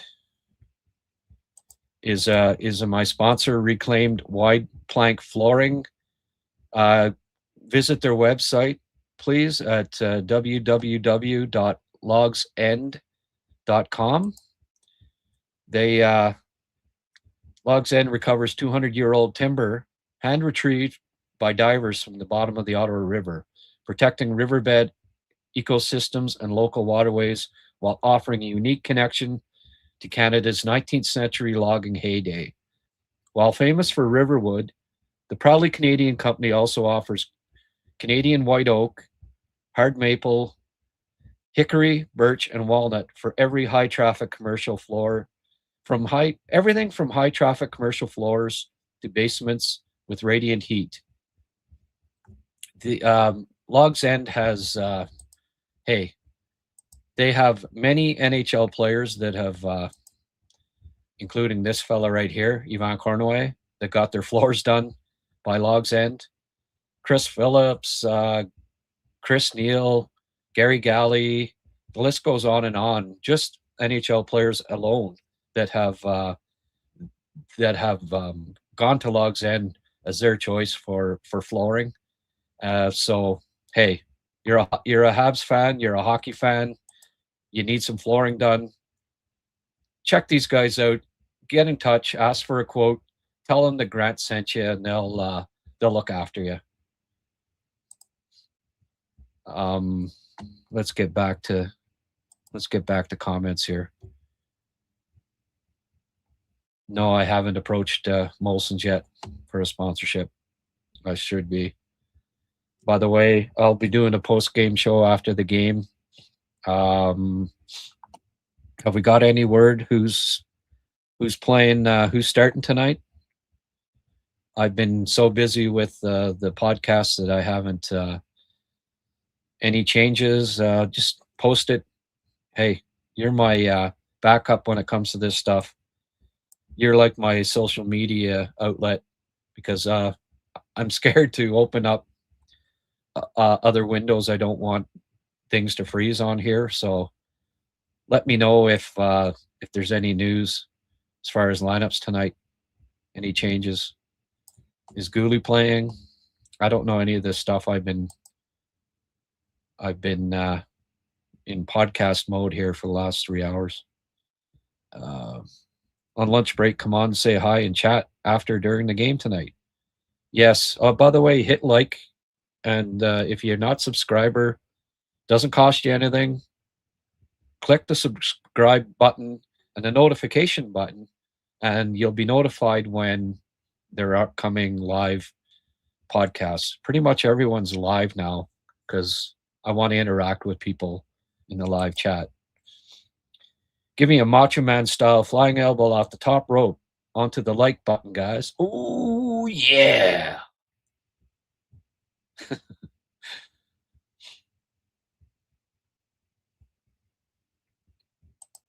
Enjoy listening to Snake. Dragon Horse. Yeah. I hope the odd time you enjoy listening to me too, Dragon Horse. Thank you. Yeah. Snake's a great guest. And thanks for tuning in. Did you talk about Koivu? Yeah, did. Well, not with Snake, but I did after. Not really much to talk about.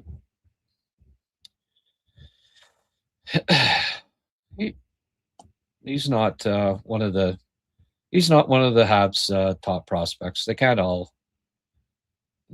turn out. That was a good podcast. Well, thank you. Oh, here's a new name. Nat your lifter. Will Deneau take over 2C when Evans returns? Maybe a good fit. Boy, are you trying to push my buttons there? No. Will a 0 goal scorer take over from a 12, 13 goal scorer on the second line? Probably not. You were right. He got picked for the All-Star team. Hagster, yeah. Yep. Sometimes my predictions are right. Dale Hunter didn't pick the All-Star. Dale Hunter didn't pick the All-Star team. Why on earth would Deneau play second 2C? Yeah, it's probably a troll. Trying to push my buttons. People try to guess Montreal's moves, but Hugo's have always done what they said. What the people that try to guess, they always done what they said. No, they said a winger can drive a line. Cappy is the center. We'll be patient. Haven't traded prime assets for 10th player. Yeah. Line 2 with Slav is the first line. Without Slav, they were the fourth most used line at 5-on-5. That was starting to change actually before Slav came on board. They were starting to get used 2, 3 they certainly weren't the fourth most used in the month prior to for the most part. Hugo said Kapanen is a second line center. Pretty sure he's here to stay. Yeah. Well, you don't go by what I said, you go by what Hughes said. And yeah, he was asked. And some people are saying, well, he's not going to say no. True, but he was pretty adamant about it too. He didn't have to be as adamant as he was. And he said, no doubt that he thinks he can be a second line center. So Gulli have everything to be a captain in the league. Just end up having Suzuki in front of him. Love the kid. Hopefully he can stay away from injuries. There you go. Hey, he's young, he's wild, and he's free. He's got the magic power to overcome these injuries. Trust me. He will triumph. Little rock and roll. Some of you will get that.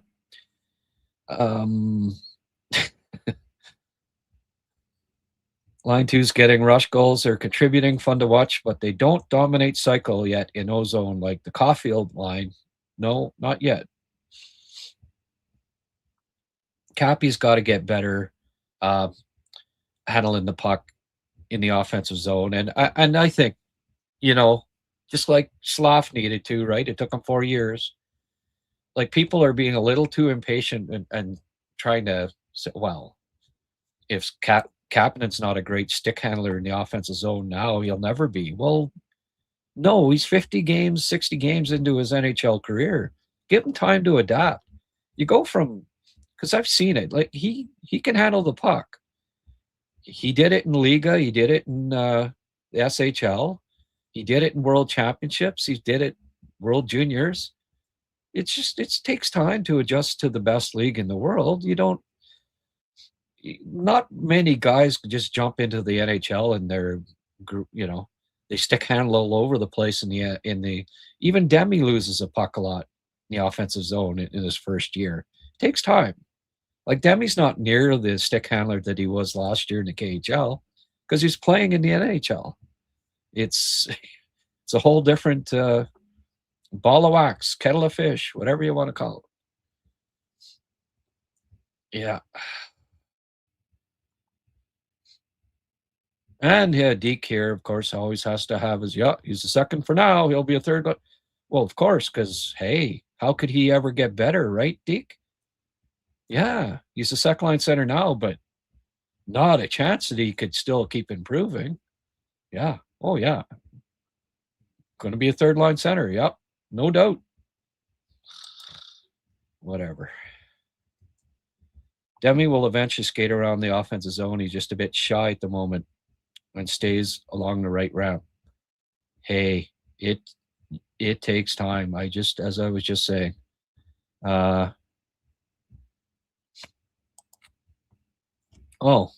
Ken, you kind of, I was just saying this, really. The thought that he drops the third line doesn't make sense in terms of development.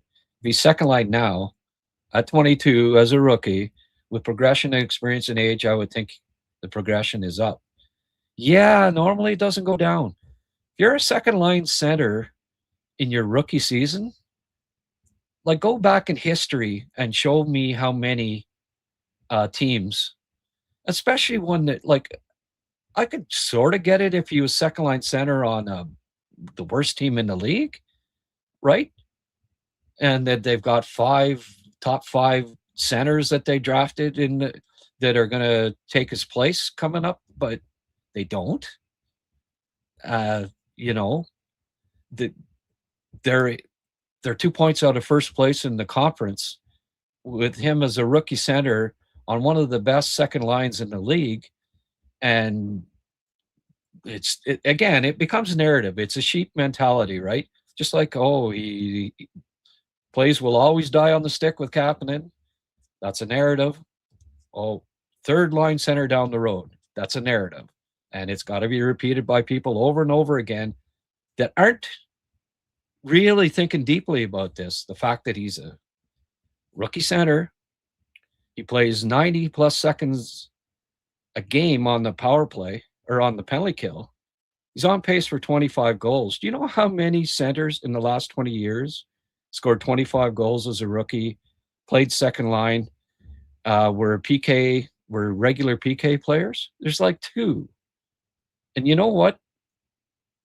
Every rookie center in history that scored 20 to 25 goals on the second line as a rookie, they didn't become third liners. Doesn't matter what team you're talking about.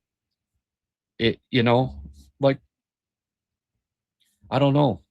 It's like people think that he's going to regress as his career goes, like he's 29 or something, and it's only downhill from here. Like, anyway, I just find it funny that so many people, it becomes the narrative, and 50 people a day almost have to come on the live chat or on the comments or on, I get it 20 to 50 times a day, and it does get tiring because it's narrow-minded is what it is. And apologies if you get offended by that, but it's narrow-minded approach. It's a sheep mentality. Other people are saying it, so I got to say it. I disagree. And for all those reasons, and trust me, for someone that's followed NHL hockey and the development of players for 50 years, I know what I'm talking about when it comes to this. I don't often get, what would you call it? Haughty about stuff like that, but it's just, it gets wears on you after a while, like all these experts that come on and to inform me that, no, he's a third liner. I'm tired of reading it. Shouldn't the Habs trade their surplus players for picks in 29, 30, 31 to stay competitive?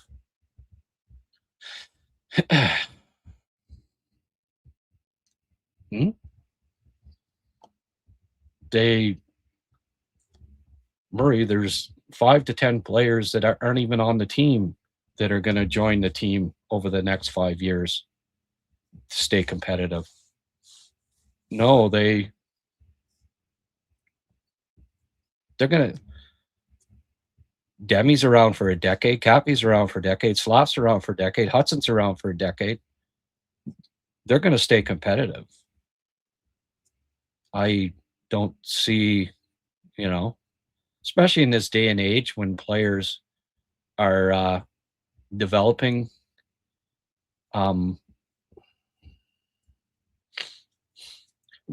players are still, they're keeping themselves in such good shape that at 30 to 35, they're still very good NHL players.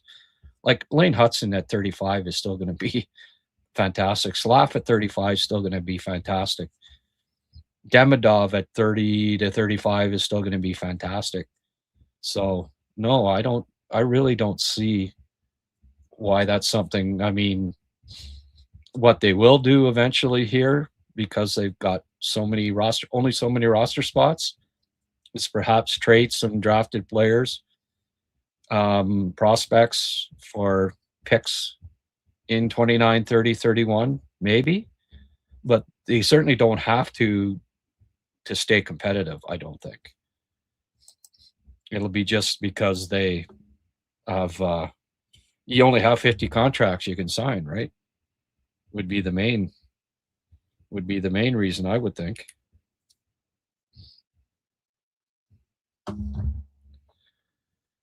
Well, I got to take the shepherd's pie out of the fridge. I can't be much longer here, or I'm going to be in hot water, folks. I think we can see Hage have the same impact Caulfield had with the Habs during the bubble. Maybe, eh? Yeah, he looks ready. He looks like one of the best players outside of the NHL right now. That's pretty encouraging.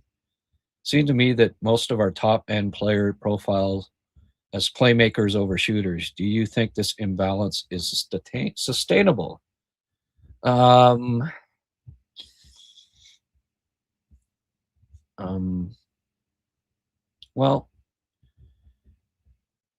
what's going to happen over this next while is that there'll be trades made, right? And if down the road they've got like 6 really good playmakers and no finishers, they'll trade one of the playmakers for a finisher, I'm sure. Assets are assets, and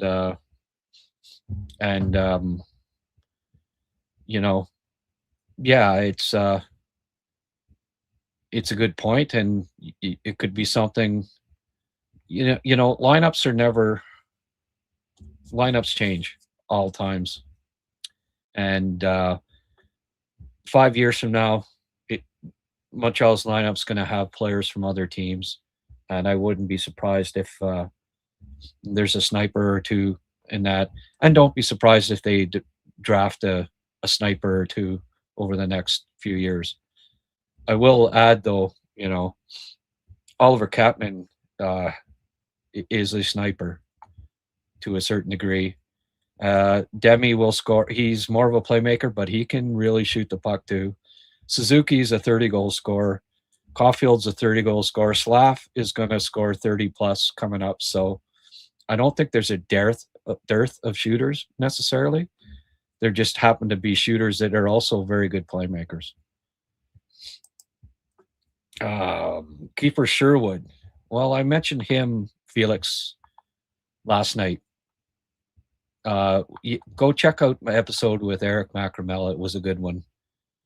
No, he's not. I explained it all in that episode. Be careful with him. When you're having guys that have career years at 30 years of age are scary because you got to overpay. Fowler is playing no other change. Okay, thank you, Francois. Fowler, eh? Good. I don't mind that. Montreal, Utah win tonight. Let's hope so. With a little luck, Hage could have had 5 or 6 goals in that tournament. Yeah, for sure, man. Easily. Kapanen may never have the puck control of a Demidov, but he's smart, so it might look more like a Suzuki simple dangle, but putting his body between the puck and the opponent. Yeah. Gooley's the next Markov. The injuries will die down, and he'll be the general back there. That's the attitude. I'm hoping Kapanen can become a Krejci-like player. Me too. Not a bad comp. Yeah. Yeah. Okay. Well, thanks for just being a thought, Sheldon, but I respond to them so that they'll stop. You know, I'm hoping they stop. If you were in my position and you got inundated, like I got 25,000 followers on do you, Sheldon? No, you don't. Okay. So for my own health, mental health, I'd like it to dissipate. And I think the only way that's possibly going to happen is if I address it. I hope you can understand that. I don't think this is a bit schneid there. And then just a thought, though, from me, okay? Just a thought. People that say just a thought. Anyway, sorry, Sheldon, but I don't necessarily like, the patronizing.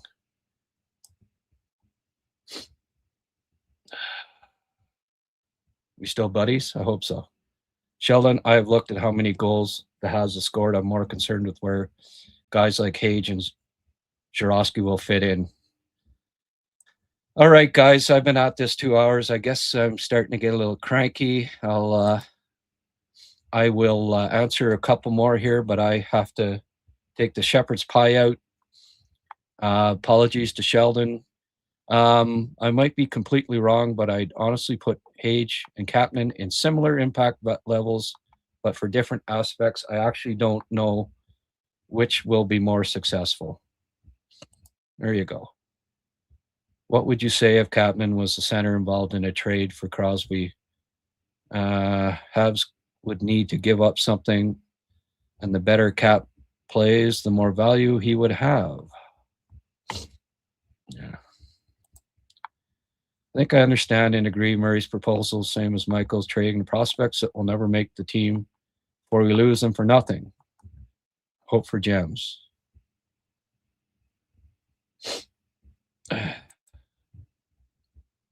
Yeah, you're only trying to help. Okay.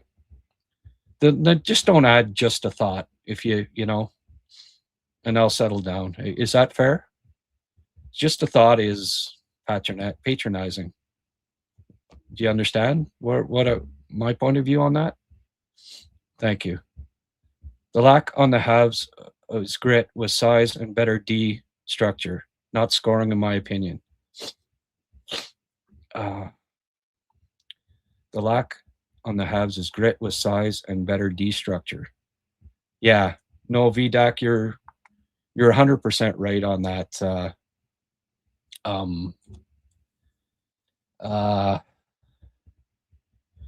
And Sheldon, you may have, tones can be misinterpreted. Usually just a thought is added like kind of sarcastically or whatever, and maybe you didn't mean it that way, but I took it that way. The lack of size, yeah, no, that's why I think Reinbacher and Gooley are going to be musts to be added to the I think for them to go anywhere in the playoffs. And maybe it's not this year, maybe it's 2 years from now before that happens. But yes, I think the Bolduc trade was the thinking of getting a scorer. Was with the thinking of getting a scorer. Yeah. Well, I mean, he is a scorer, but how many is he going to score? Is he going to score 50? No. I think the thought was to get somebody with size and a little bit of with a little bit of grit that can play physical to a certain degree. The lack on the Habs is grit with size and better D structure, not scoring, in my opinion. Yeah. Well, exactly. That's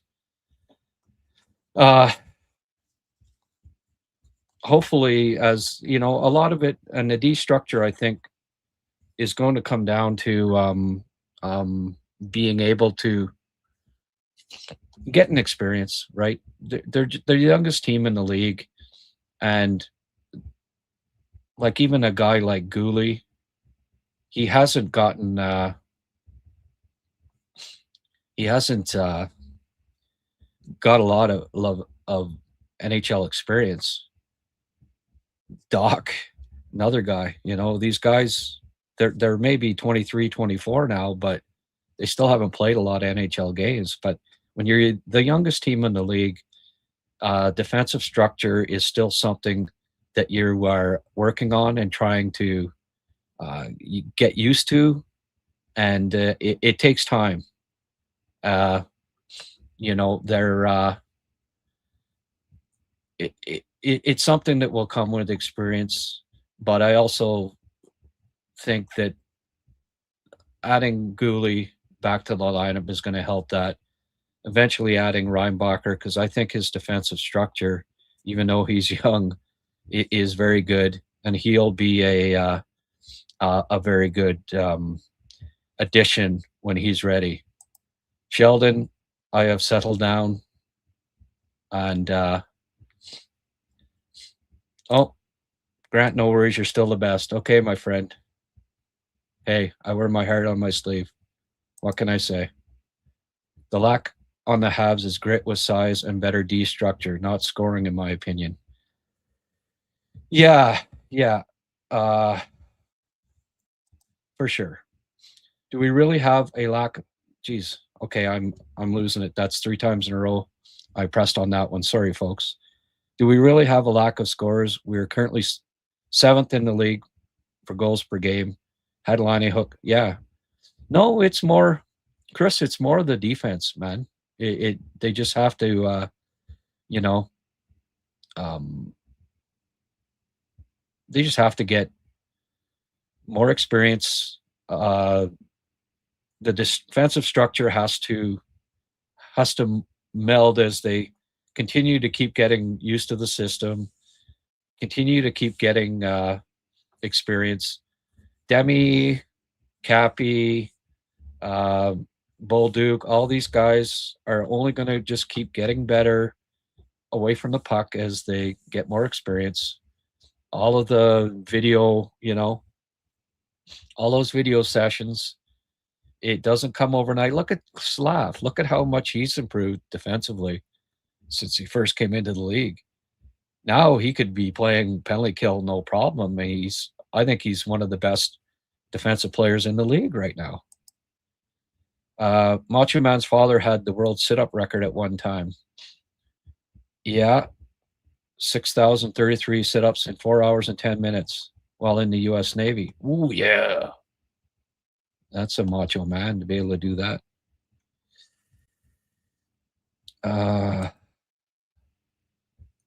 Thanks, Sheldon. I appreciate it.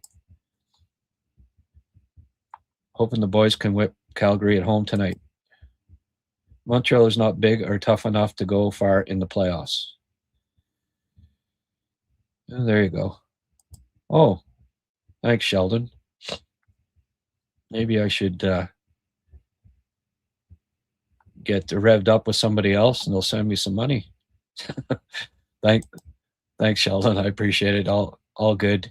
You've been a loyal viewer and become a good online friend. Pittsburgh could fall to last in the conference by trade deadline. Who knows? Yeah. Hey, man, excuse me. I've been a proponent of them going for Crosby for months now, for actually since last year. I'd love them to get Crosby. And if they did, guess what? Oliver Kapanen would no longer be the second line center. And I would have no issue with that. I would defer to Sidney Crosby. Hey, Nick Suzuki be the second line center. I got no issues with that. So, yeah. Hey, I just don't think it's realistic that it's going to happen. It doesn't look like any team in the East is going to be out of it before the trade deadline. I mean, that's a tough sell to Pittsburgh fans trading Sid. And they look like they're kind of on the rebound here, really.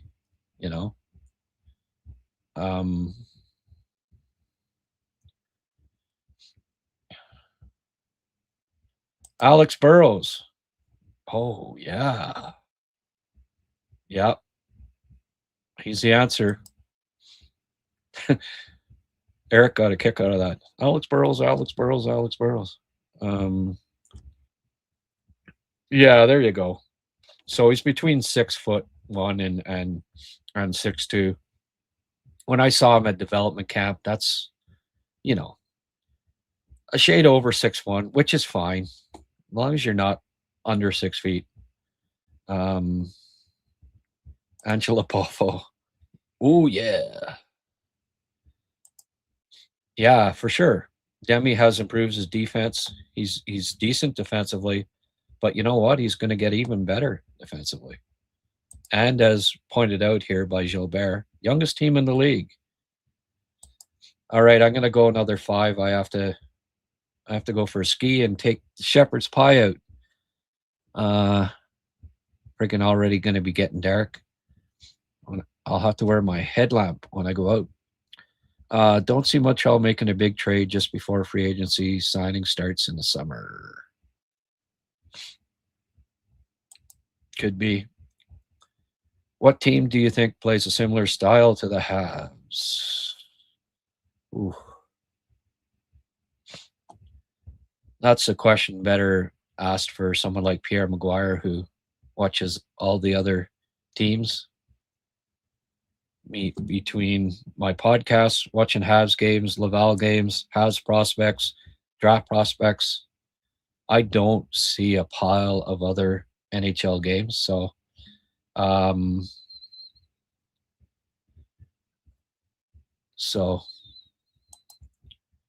we see a big move in the future. I think it won't be forced at all costs, but opportunistic, like we did for Dobson or Florida with Tkachuk trade. Yeah. Yeah, well said. And I think I kind of echoed that earlier. I'm just trying to think similar style to, I don't know, Anaheim, young up and coming offensive team, still needs some defense structure. How's that for an answer? Stop with the goofy Kapanen 2C takes. The guy's got the job and he's good at it. Relax. Thank you, Ed. Tampa, maybe. Yeah, maybe. I think the Habs are in on Sherwood. The only pest in the team is Galley. Yeah, maybe. Not just the hot mic moment, but I've heard that they want like the moon for him, and I wouldn't do it. Not for a guy that's 30 years old that's having his career year. It's buyer beware. It's not just a hot mic moment with Slav. But that has to be considered. I'm sorry, but you say something stupid like that, it says something about your character.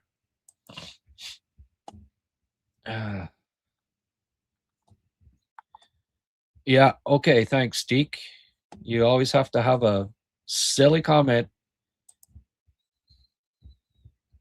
And you know what, Deke? I'm just going to start ignoring your comments. Is that okay?